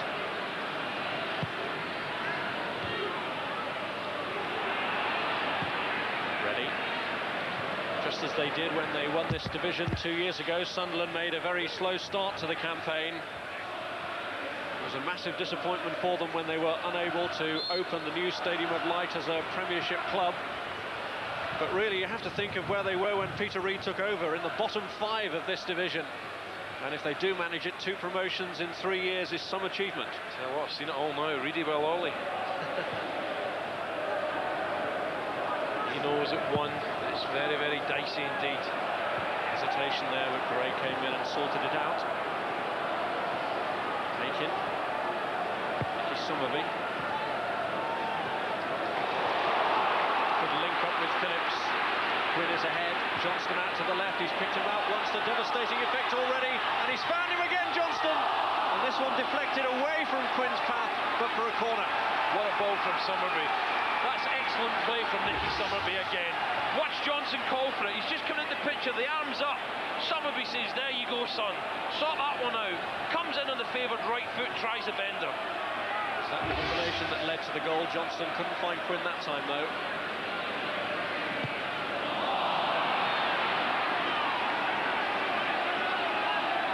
Summerby always looking to Johnston on the left, and that clearly is a supply line that Rangers are going to have to halt.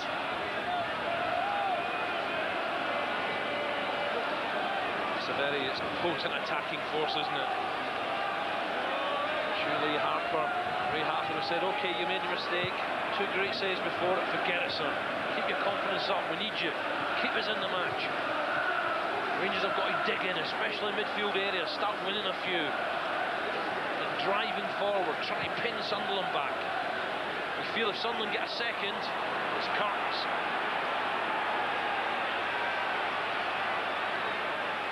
Scully's throw to Bartley.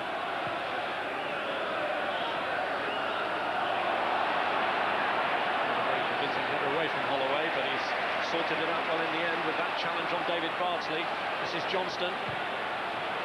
Looking to return the compliment this time to Summerby, but Barraclough severs that route. Jones has put Scully through here, and Quasi's gone into the box. Good work from Scully. Sheeran! Magnificent save from Perez. Well, when they needed him, the goalkeeper was there. Great save from Perez. Nothing to do. This is the danger man. What a ball from Jones. Scully, I thought, delayed it too much, but suddenly whips it across. What a great instinctive save from Perez. It takes a little deflection here, finds its way to Sheeran, bang! Surely that was the equaliser. Brilliant from the Frenchman.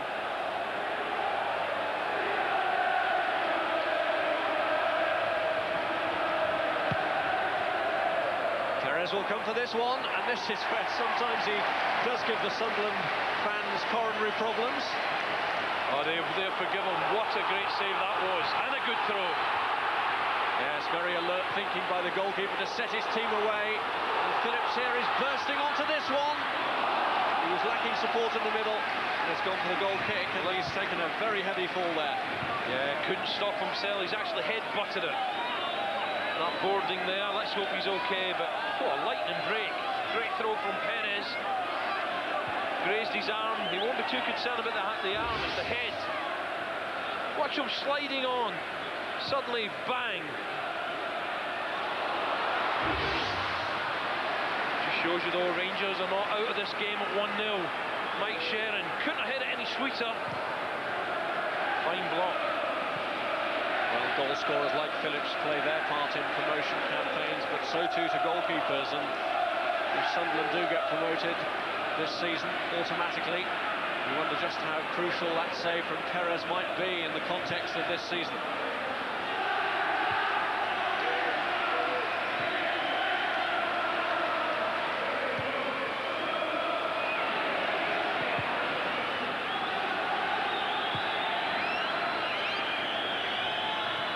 Gray, back to Perez.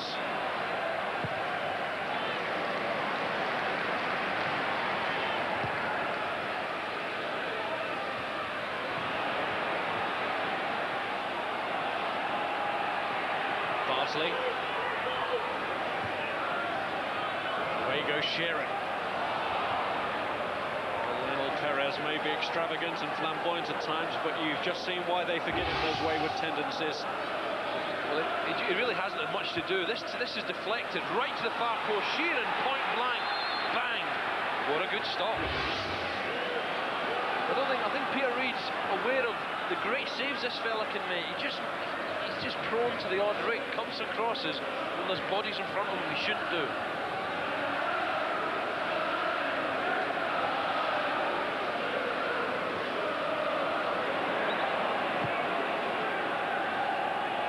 More to see this fella, I like him. Go down the outside of a fullback or inside. Scully. In goes Gray. Now Johnston again.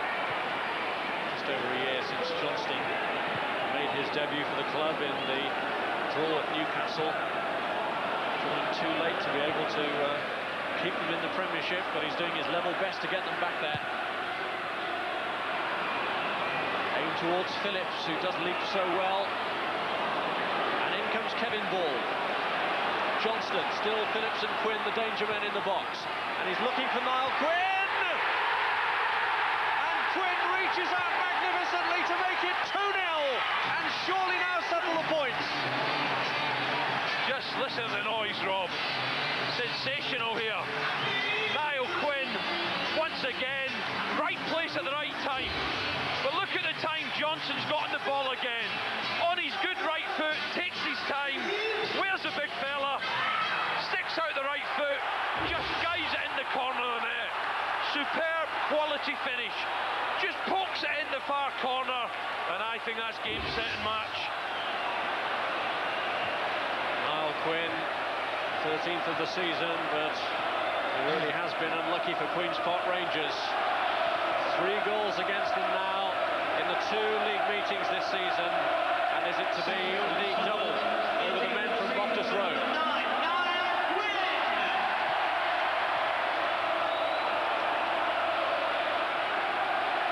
Quinn has scored 1 hat-trick already this season. Is he now on for another? You also said earlier, Rob, about there was Carl Reddy against the little fella Phillips, and Phillips won the ball. That's when the move started, eventually came to Johnson. But Phillips has a lot of the glory this season. But Quinn, what a couple of important goals tonight. Quinn actually is, Phillips rather actually is hobbling at the moment. He's struggling to get in that attack anyway when Pulsar just pulled back. Lee Clark. I think it might have been cool start at the far post with Niall Quinn, Rob. And Quinn just looked as if he was checked and blocked, but just casually stuck out his right foot and guided it for the second. Some of you gets it in again. This one is beyond Quinn, though. Bardsley. Williams header. Ball the second time. Oh, what a time to get a goal as well. 10 minutes into the game. But look at the time Johnson's got here. You can't allow that. Beautiful ball when Quinn. Wow, sensational. Great finish.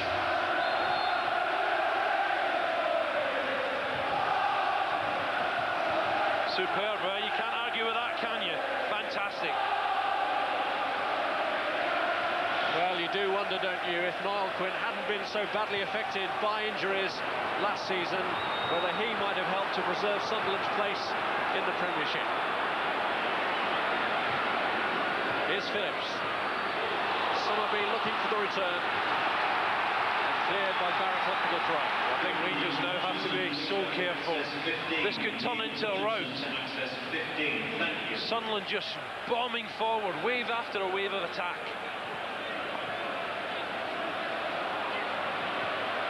Clark looking for Phillips. This is ball! You were about to call goal there. Incredible. That was so close. An absolute whisker it misses by. The fans all around us here, out their seats, thought that was number 3. And you don't get much closer than this. Beautiful strike from Ball. Keeps it low, bends it. Oh, just past the left-hand upright.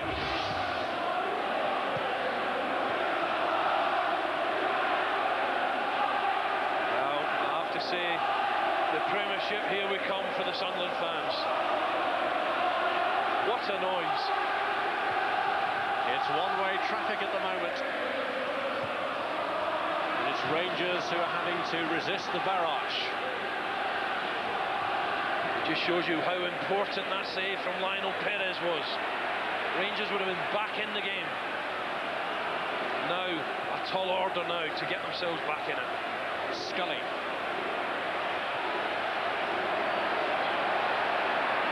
Sheeran was ready to take over, but he decided to have a hit. It comes back off Makin. This is Vinnie Jones. Jones, who really has been remarkably quiet in this contest. Another calling for Perez, that time to deny Coulthard. They couldn't get enough power on it. Perez, very, very easy. Full of confidence, Sunderland now, just popping the ball about. Clark pulling all the strings in midfield. Ball getting forward on the edge of the box, trying his strikes.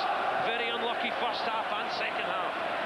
And Johnston, well, how many times has he received it from his opposite winger, Summerby, just pinging it the full length of the pitch. Sunderland bandwagon ready to roll all the way towards the Premiership. 2-0 ahead here and looking for more. Clark. Up goes Phillips. Ball. Sheeran. This is Quasi. Sheeran again. Going through the middle. This is Scully out left. Running into Makin. Barraclough's cross. Cleared by Holloway. I thought Scully could be a bit of a thorn on the Sunderland side tonight, but Makin's played him superbly well. Gallen. Try and hold off Holloway. Does well to get it across.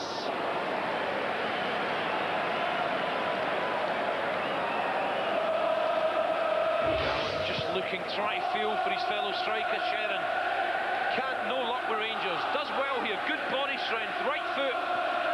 Tries to looking for a near post run. No one there.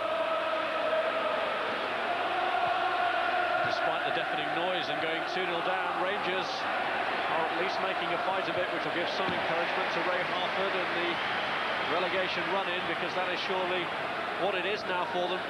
Well, they must keep the heads up. They've got to keep powering on to the final whistle, hoping for a lucky break. If they can get one back, who knows? 2-1, it's a different story.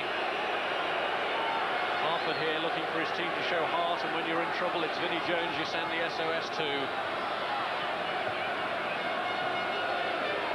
Jones wisely not trying the long one, not in this wind.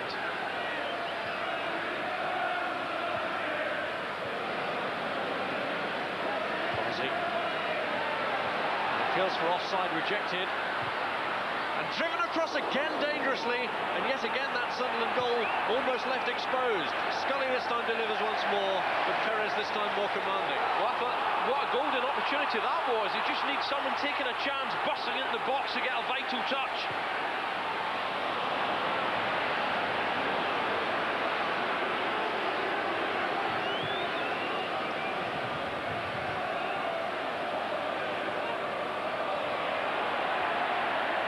Quasi.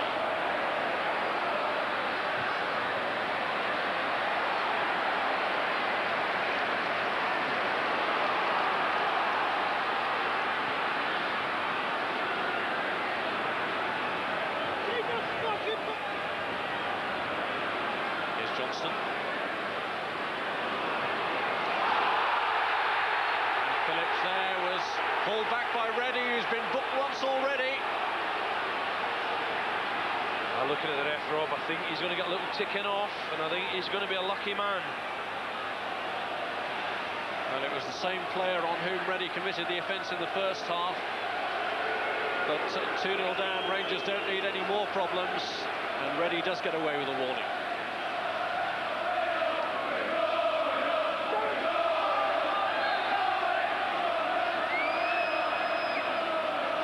Clark.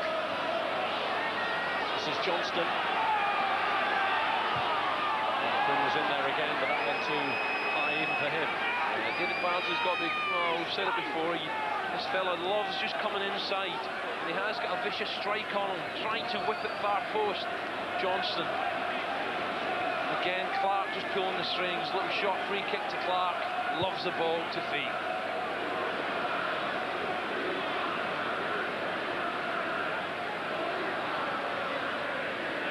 Transformation it's been in Queen's Park Rangers season. When Ray Harper took over, they were mid-table, looking possibly in an outside chance of making the playoffs.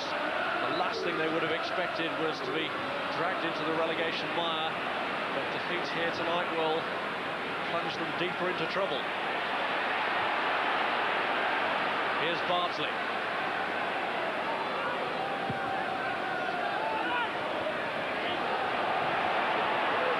Header from Gray, and Gallen here looking to release Scully. Misunderstanding there. Williams was calling for the ball there, and Gray decided to try and get ahead on it.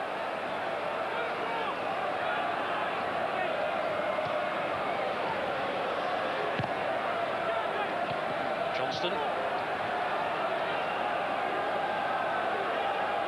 It's time for chances for Rangers. They must take chances when they get forward, supporting the box. A great ball earlier, right across the 6-yard line, no one there. Lee Clark. Right.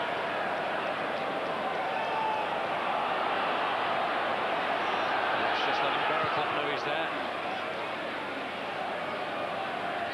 Williams. Scully. Jones. Scully has Gallen and Sheeran in the box. Kevin Gallen. Quasi. Who's in there to sort it out? Who else? Kevin Ball.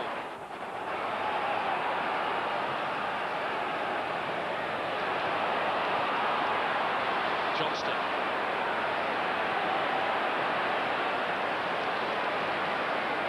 Summerby.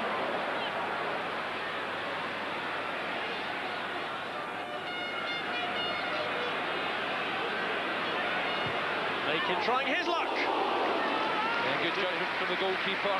Making this time, it's the first time we really see him get forward. He's been too busy looking after Scully this time. Comes up and joins the attack. No one closes him, he says, right, why not? And Harper, well, he had that one covered. Macon hasn't scored for Sunderland, although he did score 4 league goals in his time at Oldham.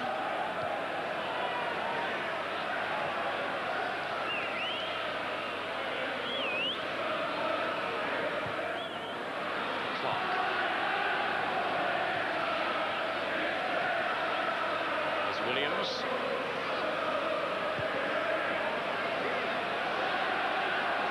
Holloway.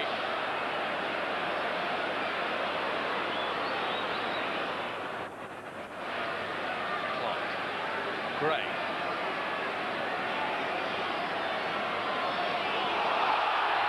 just behind, but Bardsley has brought him down.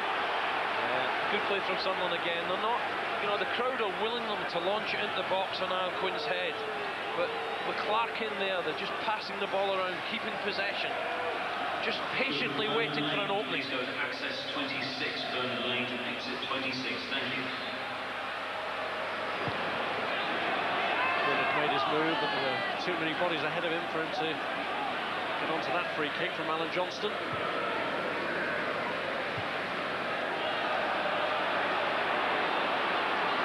Lee Clark.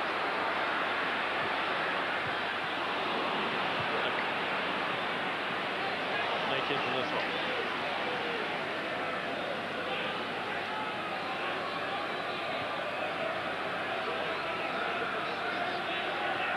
Sunderland can keep up the sort of form that they've shown of late. No reason why they shouldn't be taking the First Division Championship for the second time in 3 years.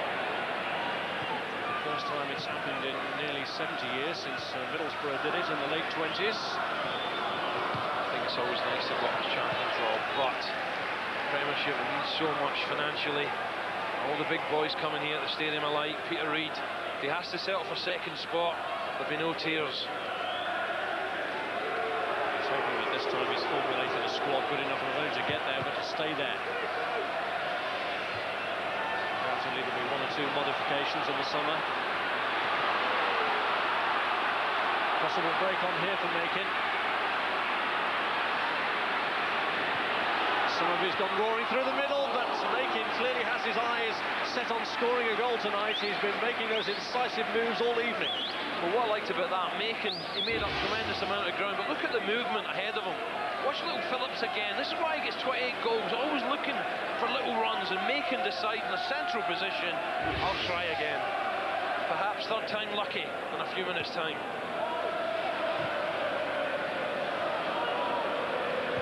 This is a good display, Rob. They've had a couple of scares. Perez, yeah, came to the rescue from Sheeran, but bubbling with excitement and confidence, Sunderland. Johnston. Play again from him. Here's Nicky Somerby.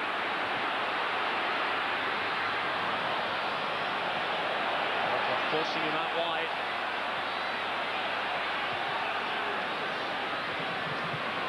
Salt making too short. Great play from Sheeran. Someone with so much pace and sharpness around them. If only they just feed the ball in the right areas, the final third to this guy, he'll be back scoring a lot of goals, I'm certain of it. Thank you.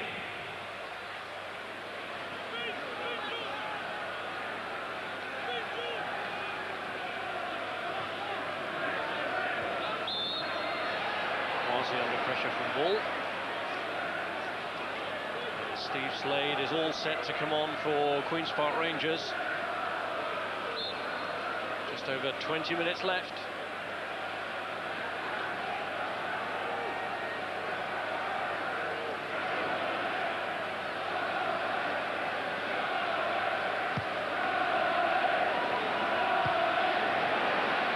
Free kick cleared to Phillips by Quinn, and Quinn now has carried on his run. There's Bardsley. Gray. Good play from Gray, warmly applauded. I think he's been excellent, Gray. But Clark, look at Clark making the run again forward. Gray quick to spot him, but Gray's been excellent.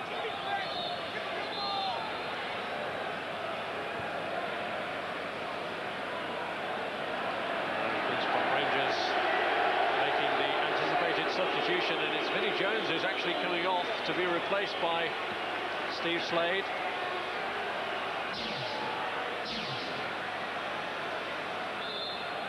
Tall, gangly, leggy type of player.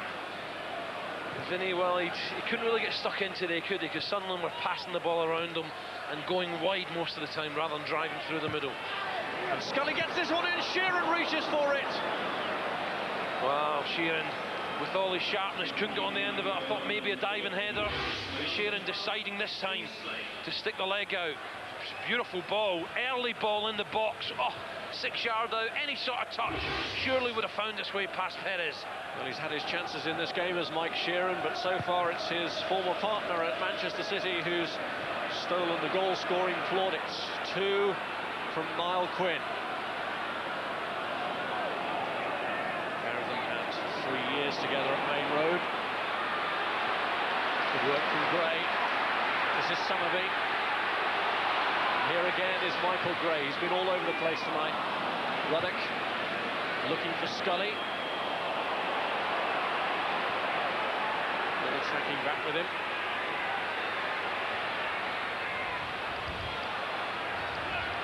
Sheeran.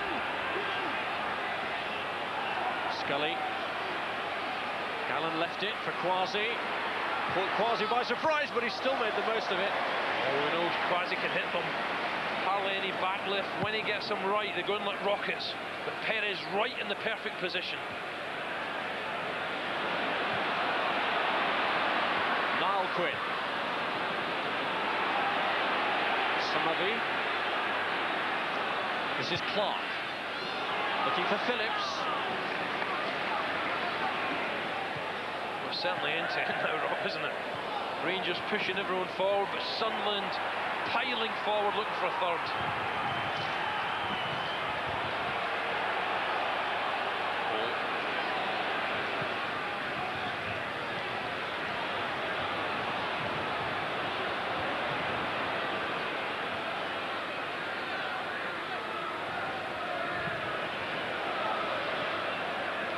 Here's Johnston.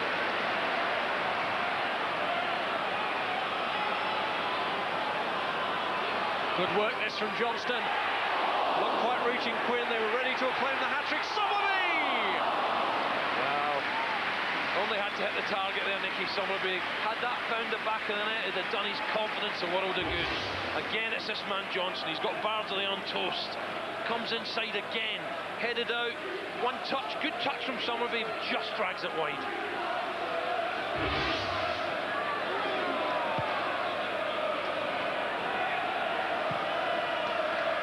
Johnston. And this time it's Quinn. Is it the hat-trick this time? Not quite. Well, the big fella, I thought he could have taken time. I thought he could have taken a touch on this. Because the defender falls over. Beautiful ball. Just there, I thought, take a touch. Goes to the far post. So unlucky. That looked a hat-trick all the way. Oh, just past. Could have been a hat-trick of goals for Quinn and a hat-trick of assists for Alan Johnston. The Johnston's running riot. Wonder if Craig Brown's watching tonight. Really living up to his Magic Johnston nickname tonight is Alan Johnston.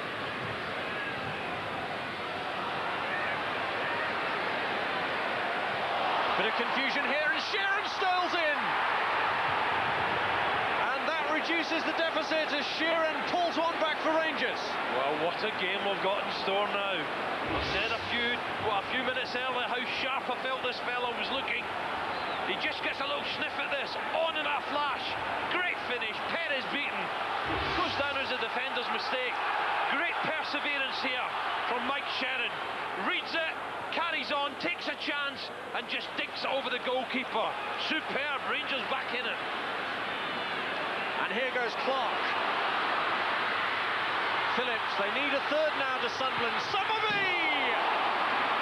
And Harper turns it round.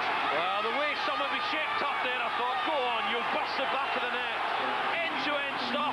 Harper makes amends for that earlier mistake, but great movement again from Sunderland. Watch this little dummy, little flick from Phillips. Summerby goes to blast, and Harper touches round. Great stuff. Just when they seem to be coasting clear, Sunderland suddenly need a third goal. Summerby, having almost provided, now looks to deliver from the corner. Quinn is up there for it. And it's cleared to Kwasi. Kwasi will carry on his run here, but ball has tracked back a very long way indeed. I'm sure I heard the roar, Rob, coming from Middlesbrough when Sheeran tucked that one away. Well, what a game in prospect now. And there's time left for Rangers to sneak an equaliser. I'm sure they could hear the roar from here in Middlesbrough when things were going well for Sunderland, but that goal from Sheeran has just injected a note of anxiety, particularly the way Rangers are going at the moment. Slade almost putting Sheeran through again. Now they're having to urge Clark on. Will Sunderland sit back now and try and hold on to this lead? Don't you believe it? They only know one way, forward. It'd be a massive gamble for them to do so with 14 minutes still left. Johnston. Williams to Holloway.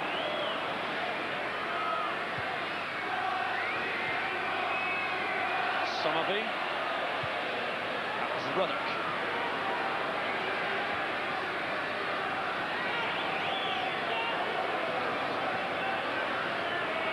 Rangers, who'd been making a decent fight of it anyway, lifted by the goal. Well, the good thing was Rangers never stopped it. They kept bombing forward. They kept trying to push up support. You just need a bit of luck when you're down there.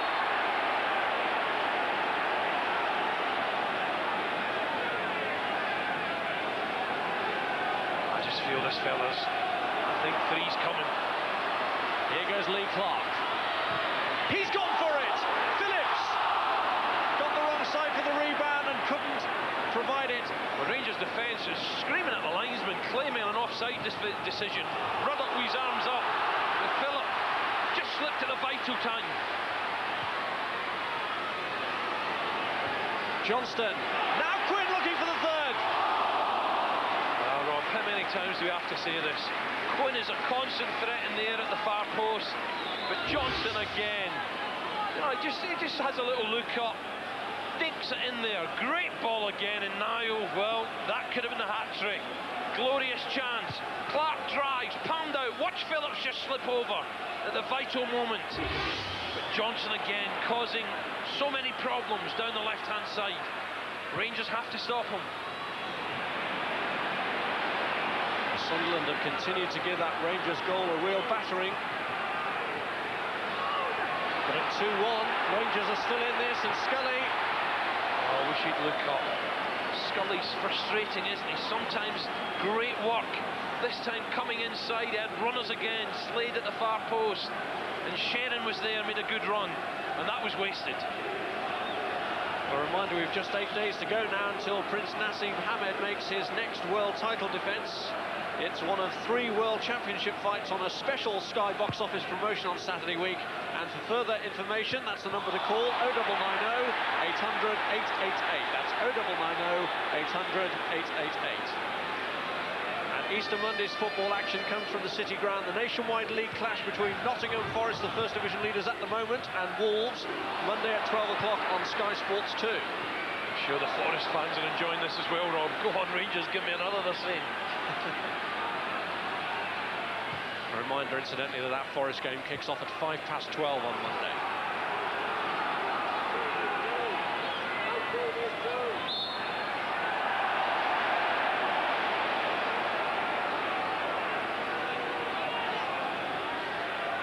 Sunderland got to defend now, Rangers. From 1 minute dead and buried, suddenly back in this. What a shock, what a hush would be around the Stadium of Light should they get back in it for a second. Here's Bardsley with the free kick. Ruddock in the attack. It certainly looked offside to me, Rob. Ruddock played that on.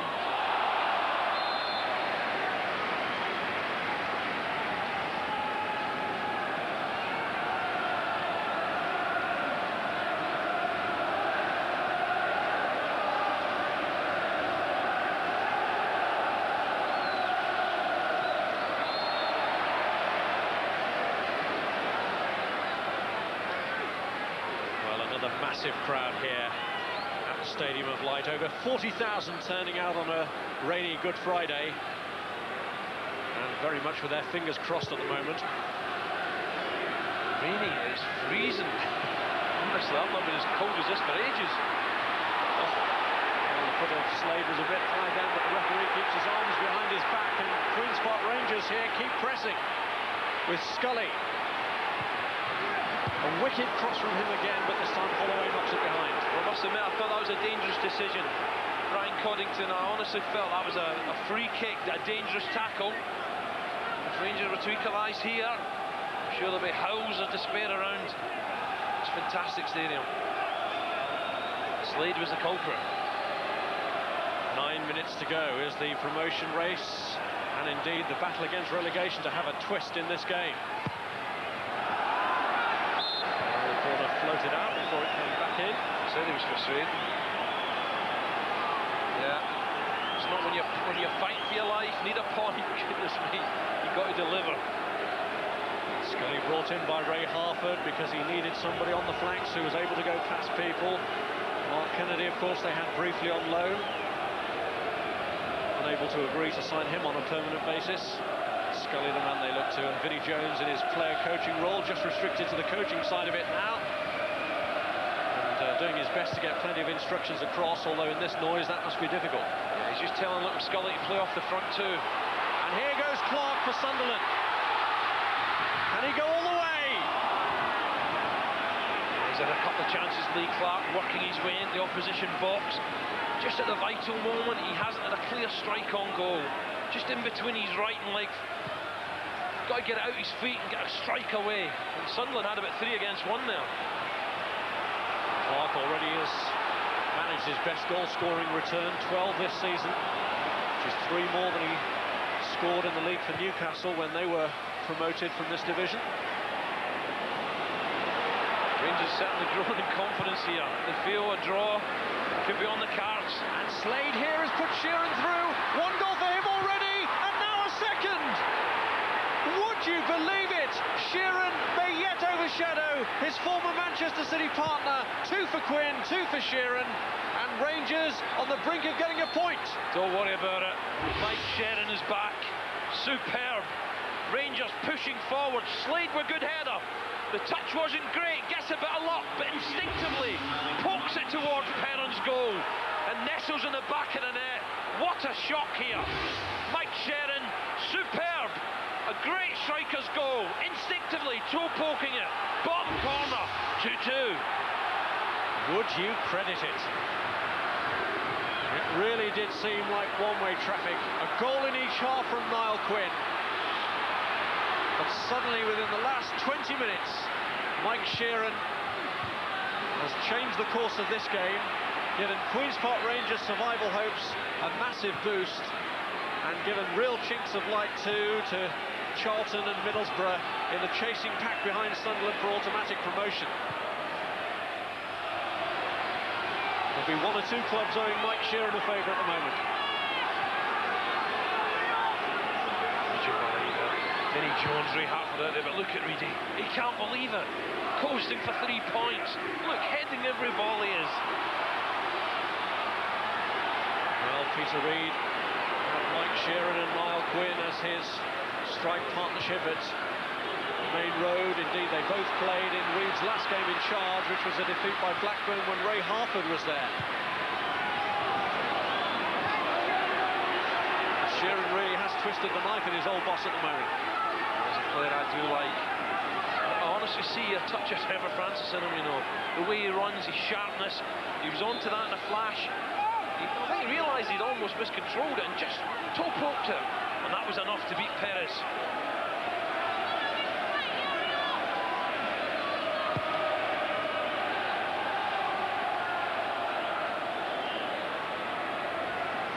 As the Harford-Jones game plan worked. 2-0 down, it looked as though they could be in for a real battering. Said Rob, it's great character, you know, when you come back away from home 2-0 down. And Sheeran here putting Perez under pressure. And after that magnificent save he made from Sheeran earlier in the game, there was one of his eccentricities that could have given the striker his hat-trick.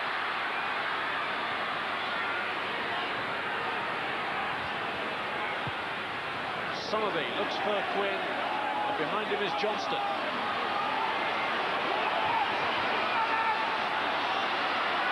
Quinn's in the 6-yard box. What a run! What a save! Summerby miskicks the rebound. Phillips goes for it. And Phillips and Quinn were both in there hassling. But what a bit of magic that was from Magic Johnston. Well, I hope Craig Brown's watching this. This is excellent. Superb. Sends Beardsley on his back. And really Summerby with a strike. And look at Ruddock fighting in there. And back into Harper's hands. Great play, though, from Johnson. What a threat.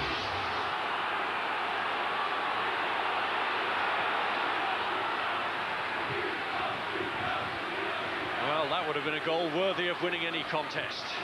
But how Sunderland need a winner at the moment. From a position where they were cruising, now they're having to scrap for a winner. The prospect of throwing away 2 valuable points at the moment is staring them in the face.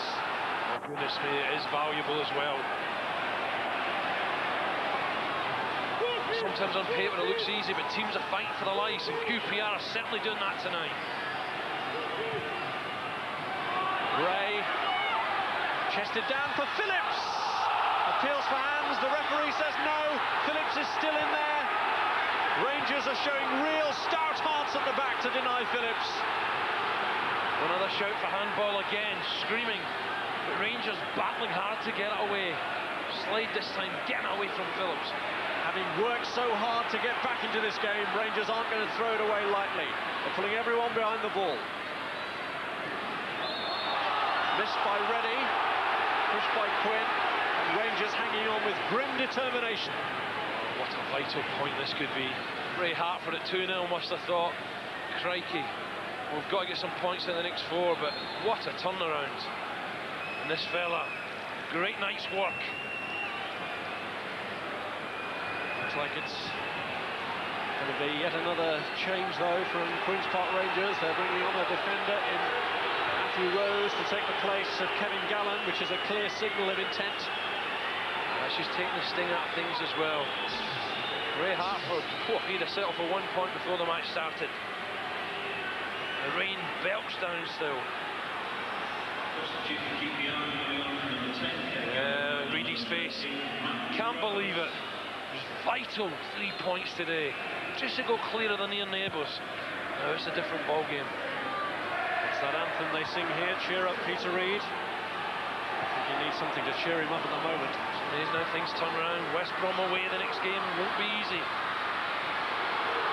And away goes Nicky Sarvi, and he gives some late cheer. Sheeran.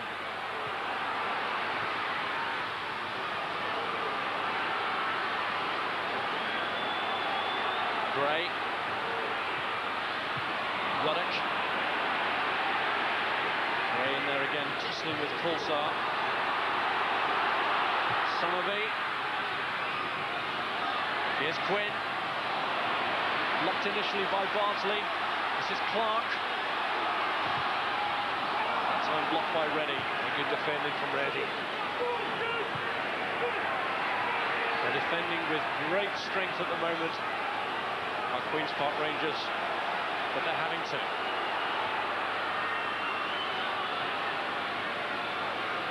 Somerby. Phillips. Ruddock. Goes all the way back to Perez, who's going to be your man of the match, Alan. Oh, what? I tell you what, Niall Quinn was getting it.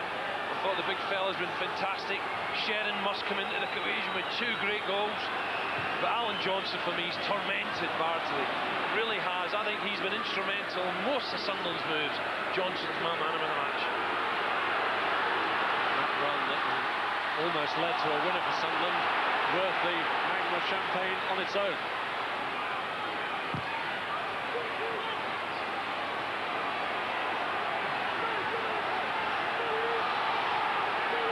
Still the Sunderland faithful roar them on. 2 minutes of injury time is to be played. We're into the first minute already. Somerby gets the ball from Clark and shoots just wide. Oh, he can't believe it. That's 3. That's 3 struck to the far post. Sweet strike. Pouncing from the right-hand side, coming in. Has a little look up, low back lift, drives it forward. A foot or 2 wide. Well, it's been a truly compelling encounter, and 32 attempts at goal during the course of the 90 minutes shows you just what it's been like, and very evenly balanced in terms of those efforts on target. Well, there's 40,000 punters going to go home tonight, Rob, freezing. But what a good match we've seen tonight. It's been well worth it. 50,000 of them still on the edge of their seats, fingernails bitten down to the edge. They're urging Gray forward here for one last hurrah. Quinn is in there, bidding that too much pressure was put on him by Ruddock, but again the referee's unimpressed. Ruddock immediately looks at the ref, you know, I'm innocent, I didn't touch him. That must have been tight. Gray here, looking for Quinn. Barraclough holds his nerve to clear. Oh, who'd be a manager here? Oh, the fingernails have been bitten off. There's the time. Well, they've braved the awful weather, but it's been well worth it for the entertainment on offer. Heart-stopping though this is for Sunderland. Somerby continues to make inroads. Quinn is back there to feed it across. It's gone out though. As Johnston gets the effort in, the ball had already run behind. Johnson looks to the heavens. Quinn can't believe it either. Hands in the head. He felt he kept it in. Just the wind gets a hold of it here. And I tell you what, it's very, very tight indeed, but the linesman had a good view. Well, the 2 minutes of stoppage time is up. Niall Quinn's 2 goals cancelled out. And sure enough, Sunderland have thrown away 2 points as Peter Reid's side threw away a 2-0 lead. And Queen's Park Rangers get great hope in their relegation battle, despite losing a goal in each half to Niall Quinn. It was his former partner at Main Road, Mike Sheeran, who struck twice in the last 20 minutes of the contest to twist the knife in his former boss at Main Road, Peter Reid, and to rescue something out of nothing for Queen's Park Rangers. The first goal in the first half set up by Johnston after Harper had spilled the ball for Quinn to deliver. Johnston again with the assist for the second. But then the game turned around. Hope initially given when Sheeran got through to beat Perez the first time. And then this long ball from Bardsley, flicked on by Slade, and Sheeran with another poke from close range rescued a point. A dramatic game at the Stadium of Light has finished 2-2. Fight back, thanks to terrific fight back, thanks to Alan Brazil and Rob Hawthorne. This is what the Division 1 table now looks like. Queen's Park Rangers started the night in 19th place. They are up 2 to 17th, and there's now a 3-point gap between themselves and the bottom 3. Top of the table, I bet Dave Bassett is chuckling tonight. Sunderland stay second, but they're still 3 points behind the leaders, Nottingham Forest, and they're only 2 points in front of Charlton, who are very much the form side. Well, still to come tonight over on Sky Sports 1 at 9:30. Another chance to see today's big Premiership game between Manchester United and Liverpool, followed at 11 by the Sports Centre. On Sky Sports 2 now, there's live snooker from the British Open as Stephen Hendry takes on John Parrott. And at 10 o'clock, it's Super League action between St Helens and Wigan. And coming up on 3 at 10, it's wrestling in WWF Raw. Here after the break, reaction to what was an action-packed night at the Stadium of Light. Sunderland thought the points were safe, but a never-say-die attitude rescued the Hoopers.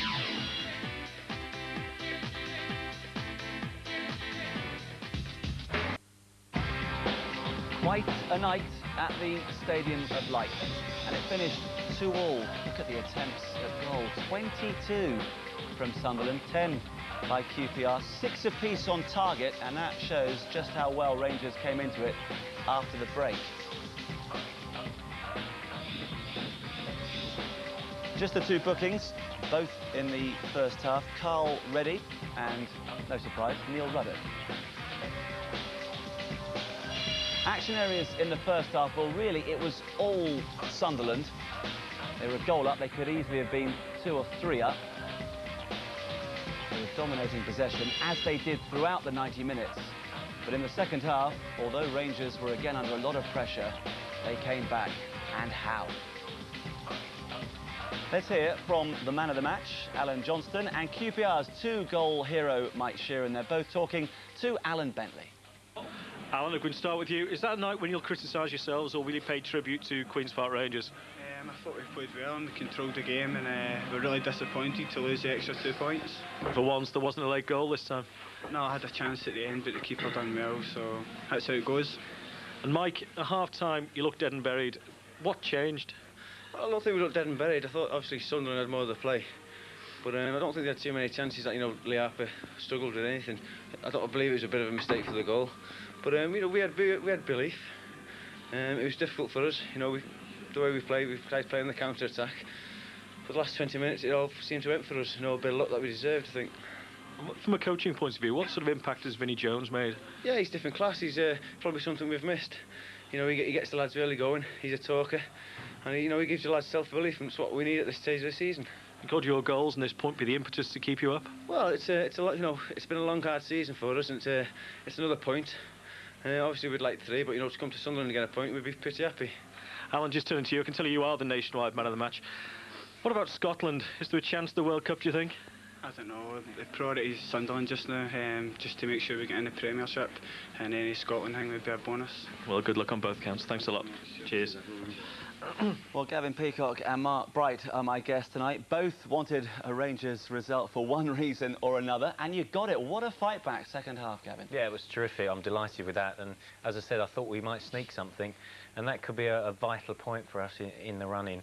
I think it was down to the character of the players, and that was typified by Mike. He's a great pro, great lad, and perhaps hasn't scored as many goals as he'd hoped to this season.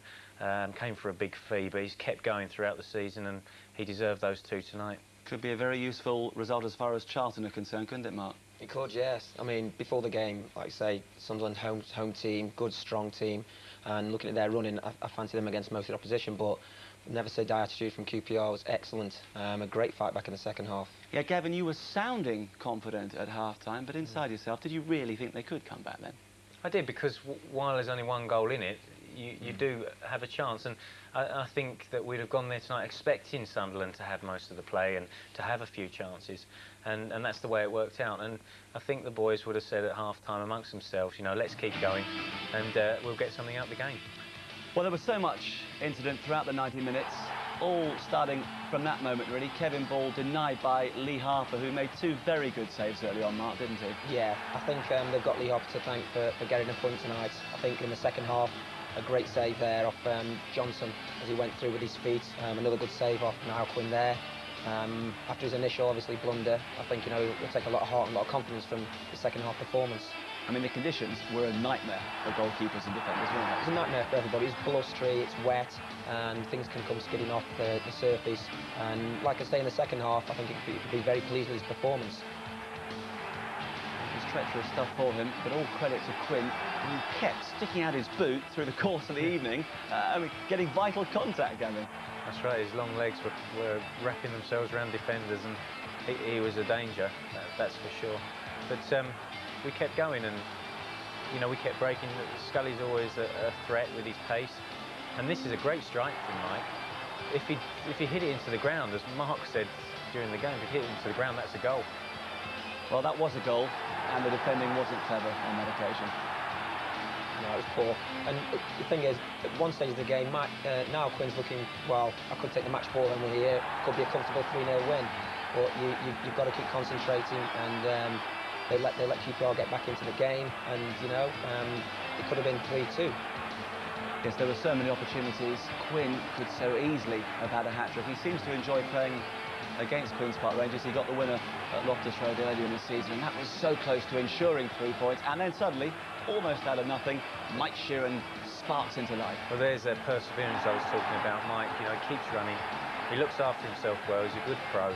Keeps himself fit, and it's a good finish as well. He nicks it over the keeper very well. This is the second one. David Barsley plays a good long ball. Mike gets a little bit of luck on the ricochet, but instinctively pokes it past the keeper. And you can see the delight in his face after he scored.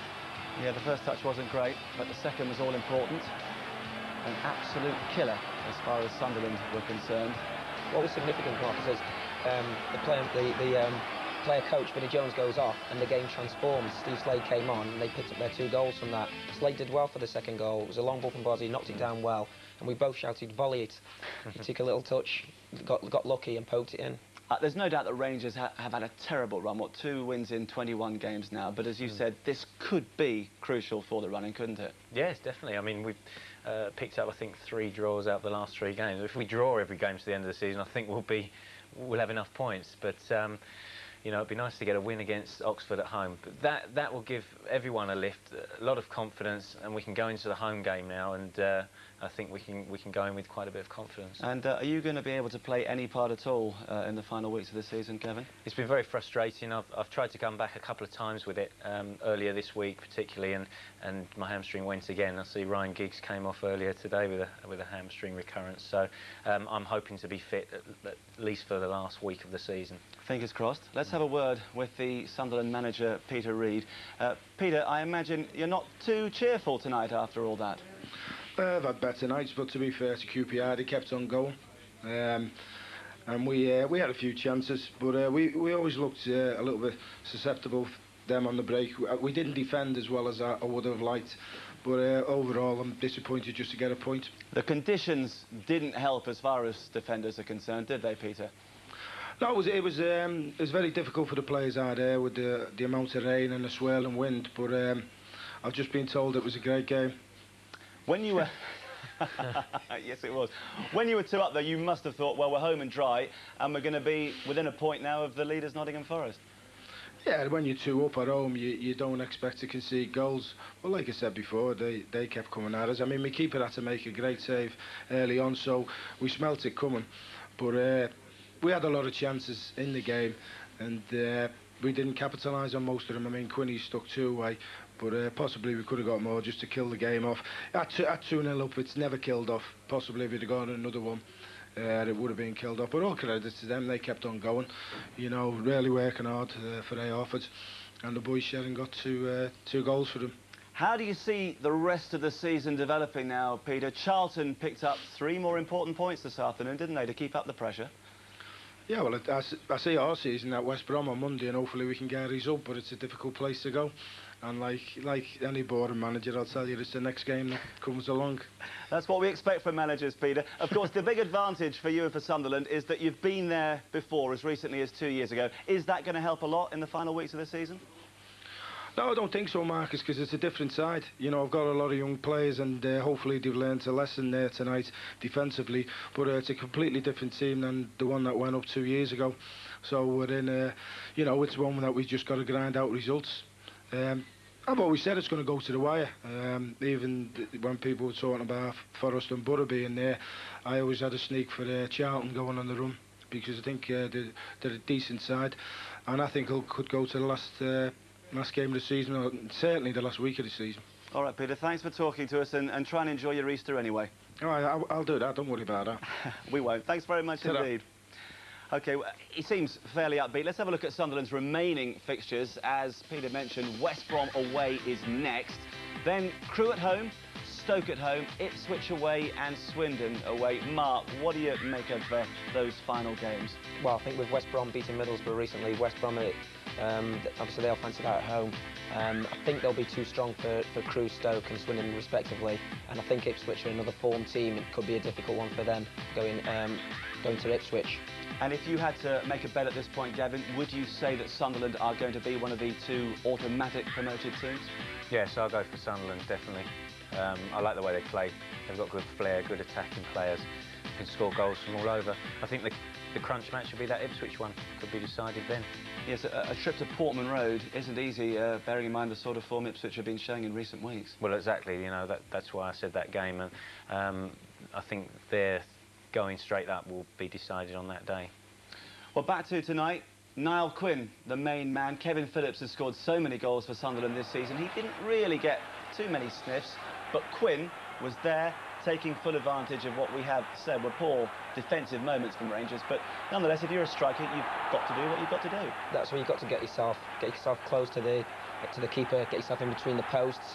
That's the position there that most of the opportunities fall. He's a big man, he's similar to myself, tap-ins and headers close range.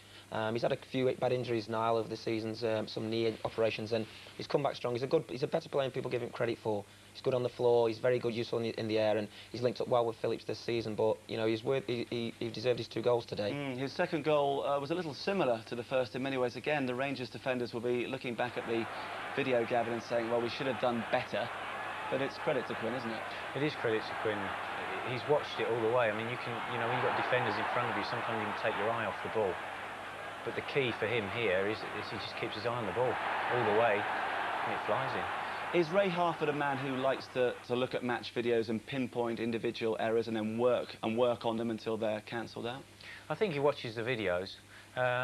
He won't sort of... Now and again we've had the Monday morning video where you come in and sit down for 2 or 3 hours and sort of go over what's happened on the Saturday. But he watches the videos. I think mainly to see how teams play and how we should play against them.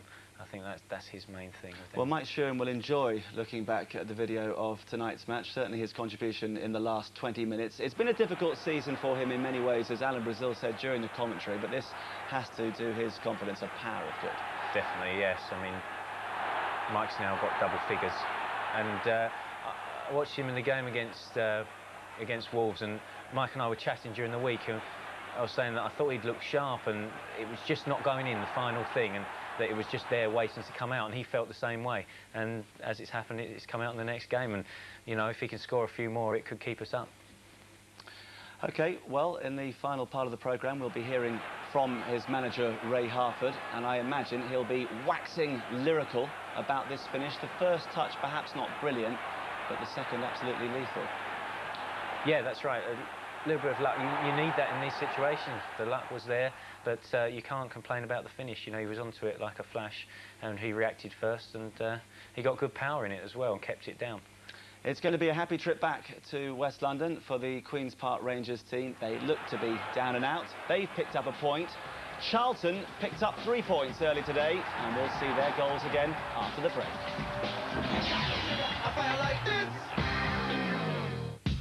Welcome back. If you're just joining us, you've missed a tremendous game of football at the Stadium of Light. It finished Sunderland 2, Queen's Park Rangers 2. Sunderland were 2 up, Rangers fought back, and we can now hear from their happy manager, Ray Harford. He's talking to Alan Bentley.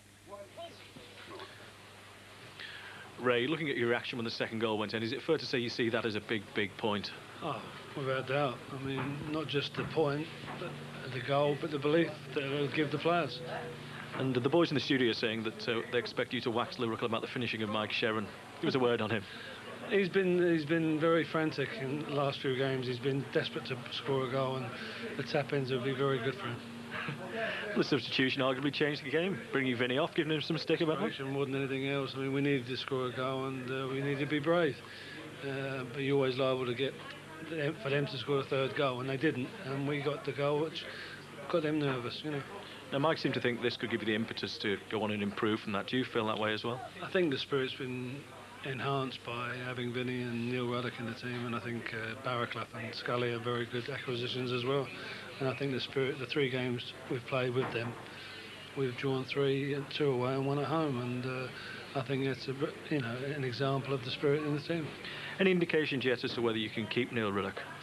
I would have thought it's very unlikely. I'm just grateful for Liverpool for lending him to us, and he's enjoying himself, I think, and he's done great for us, and I'm very pleased with Liverpool and very pleased with Neil Ruddock. If we can just ask you for a moment for a view on the top of the table, who do you see as going up now? It's got tight again all of a sudden.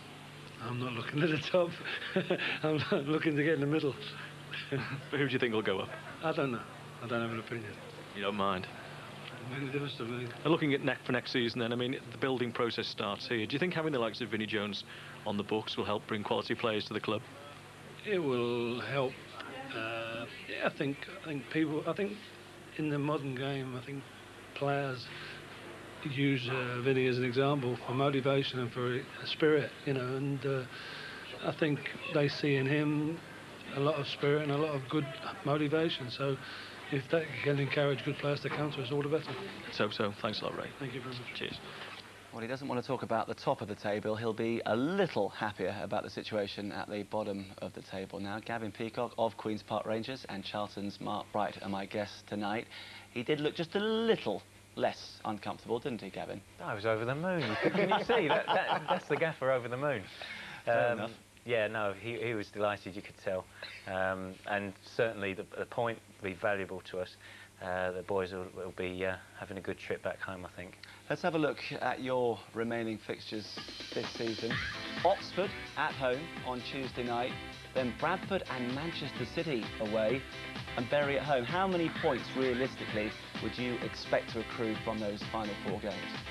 Well, I'd like to think we could get at least 6. I think that we should win our 2 home games. and then if we can nick something away from home in those 2 games, it's quite possible that we could do that. We could end up sort of finishing quite comfortably. But 2 wins should be enough, shouldn't they? I think 2 wins would be enough. Mark, would you go along with that? Yeah, I think I saw your chairman saying that he needed 2 wins before this game to be sure of being safe, and that's a great point from today. A great point for everybody really at the top as well. But I just imagine they could get 2 wins from them. They were difficult games. Oxford are going well under Malcolm Shotton since he went there. They pulled themselves out of it. But they're all difficult games for everybody on the run-in now, top or bottom. It's terrific stuff. There was a big game at the top of the Premiership today as well. If you missed it, it finished Manchester United 1, Liverpool 1. Ronnie Johnson put United in front. Michael Owen equalised before being sent off for 2 bookable offences. But a useful point for Liverpool, a bad result for Manchester United, bearing in mind Arsenal's games in hand. United now 7 points clear, but Arsenal with 4 matches to play. So, going into Easter, it would look as though Arsenal have the advantage. Also an important game at the top of the First Division this afternoon. Charlton against Reading, who are in big trouble near the bottom. Mark Bright is our guest, so he should once again have the opportunity to talk through this victory. Clive Mendonca putting you on your way nice and early. Like I said, 6 minutes into the game, what a great time to score. And then Paul Morton with a free kick just before half-time. Another good time to score.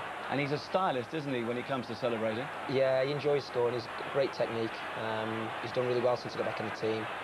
And as I said earlier, probably the best goal of the game. We didn't believe you then, we don't now, but talk us through it again anyway. Sean Newton, picks up near the half-line, a good run, strong, a little dink, and just finishing it off. There's the lethal number 13. Yes. No, I enjoyed that, and it was an important win for us. Certainly was. We'll look at the top of the table in a moment. Bottom, Stoke, Reading and Portsmouth in the drop zone. Then Manchester City, Norwich, Port Vale, Bury, Queen's Park Rangers up 2 as a result of their point tonight. Tranmere and even Huddersfield in 15th place still aren't safe. You would think that Crewe, with 50 points from 40 games, can breathe, but there's only a 7-point gap between them and Portsmouth, so conceivably even they could still get sucked into trouble. Top of the table, Oxford will be very pleased with their position. Stockport, West Brom, Bradford, Wolves, Birmingham. Ipswich, Sheffield United, Middlesbrough and Charlton in the playoff positions at the moment. But Mark, looking at the top of that table, you're just 2 points behind Sunderland, having played 1 game more. You really have as good a chance now as at any stage this season, don't you? We're in the position to challenge. I mean, if we win our remaining games, we can get 90 points. And I believe that Barnsley went up last year with 80. That's right. So that's incredible where they've reached that stage already with 5 games to play. Yeah, it shows just how competitive it is this season. Yeah, there's a bit more quality there, and look at the big teams up there as well. We're there on merit, and Kirby said if we win our remaining games and don't go up, obviously it'll be a travesty. But we dropped a few points early on like everybody else. We're in the pack. And if Sunderland slip up, and if we can continue to win, then who knows? But Middlesbrough have got a couple of games on us as well. OK, a couple of matches in the second division today. Bristol Rovers 5, Wigan 0. That's boosted their distant playoff hopes. And Wycombe 1, Grimsby 1. And that result means that Bristol City have been promoted. More on that in a moment. Here's the bottom of the table. Southend, Carlisle, Burnley and Plymouth, the sides in most danger. And up top, Grimsby have rather fallen away in recent weeks, and they now cannot catch the leaders Bristol City, 81 points from 41 games. So congratulations to them and their manager John Ward, who joins us from the team hotel now. Good evening to you, John. Hi, Marcus. How sweet is the smell of success this evening? No, it's delightful. We were actually training on Burnley's training ground this afternoon when that result came through, and I lost the players for sort of 5 minutes while the excitement took over them, and there was a lot of handshaking and patting on backs, etc. Yeah, it's a great feeling for everybody, and to have done it with 5 games to play is a special feeling. At the start of the season, did you think you had a team good enough to get promoted, John? I did at the beginning, but then we lost 4 out of the first 9, and a lot of doubts crept in. There was a lot of concern around the football ground at that time, and to consider that we've played another 30-odd games and only lost 4 in that time shows a lot of good consistency. So it took a little while to get going, but they came good. And can you keep it going now? Of course, the title is still to be played for, and you have a huge match against Watford coming up, don't you? Yeah, we do. People want to keep talking about that, but we feel we've got a big game against Burnley tomorrow afternoon first, and we talked after the enjoyment of sort of getting promotion this afternoon, saying to each other, look, if we're going to try and contest the Championship, it's got to start tomorrow. It can't start on Monday, you know. Tomorrow's important, and there are 3 points at stake for us to try and do that. Briefly, John, looking ahead to next season, do you envisage a lot of personnel changes in the First Division? Not necessarily from ourselves. I don't think we're going to have the finance to do a lot of change, but I mean, we're on an adventure, and I've got a lot of young players and people who are looking forward to getting into that level of football, and I'm very keen to see how they can compare. Well, John, enjoy tonight and the rest of the season. Many congratulations. Thank you very much indeed, Marcus. Thanks a lot. OK, and thanks to Gavin Peacock and Mark Bright. Well done today, Mark. And Gavin, hopefully you will be fit enough to play some part in the closing stages of Queen's Park Rangers season. Hope so. OK, thanks very much. More live action coming up in the next few days on Sky Sports. 3 o'clock, Easter Sunday. It's Rangers against Celtic at Ibrox. Can Celtic gain revenge for their cup defeat last weekend? It's all on Sky Sports 1. Don't miss that. And then on Monday, we're at the City Ground. It's Nottingham Forest against Wolves. 12:05 kickoff, and that is on Sky Sports 2. And Monday, 5:30, it's Blackburn and Arsenal in the box seat, following Manchester United's draw with Liverpool. 5:30, Sky Sports 1. A terrific night of entertainment at the Stadium of Light, and all to play for at both the top and bottom of the table. We'll see you at the City Ground on Monday. It's bye for now.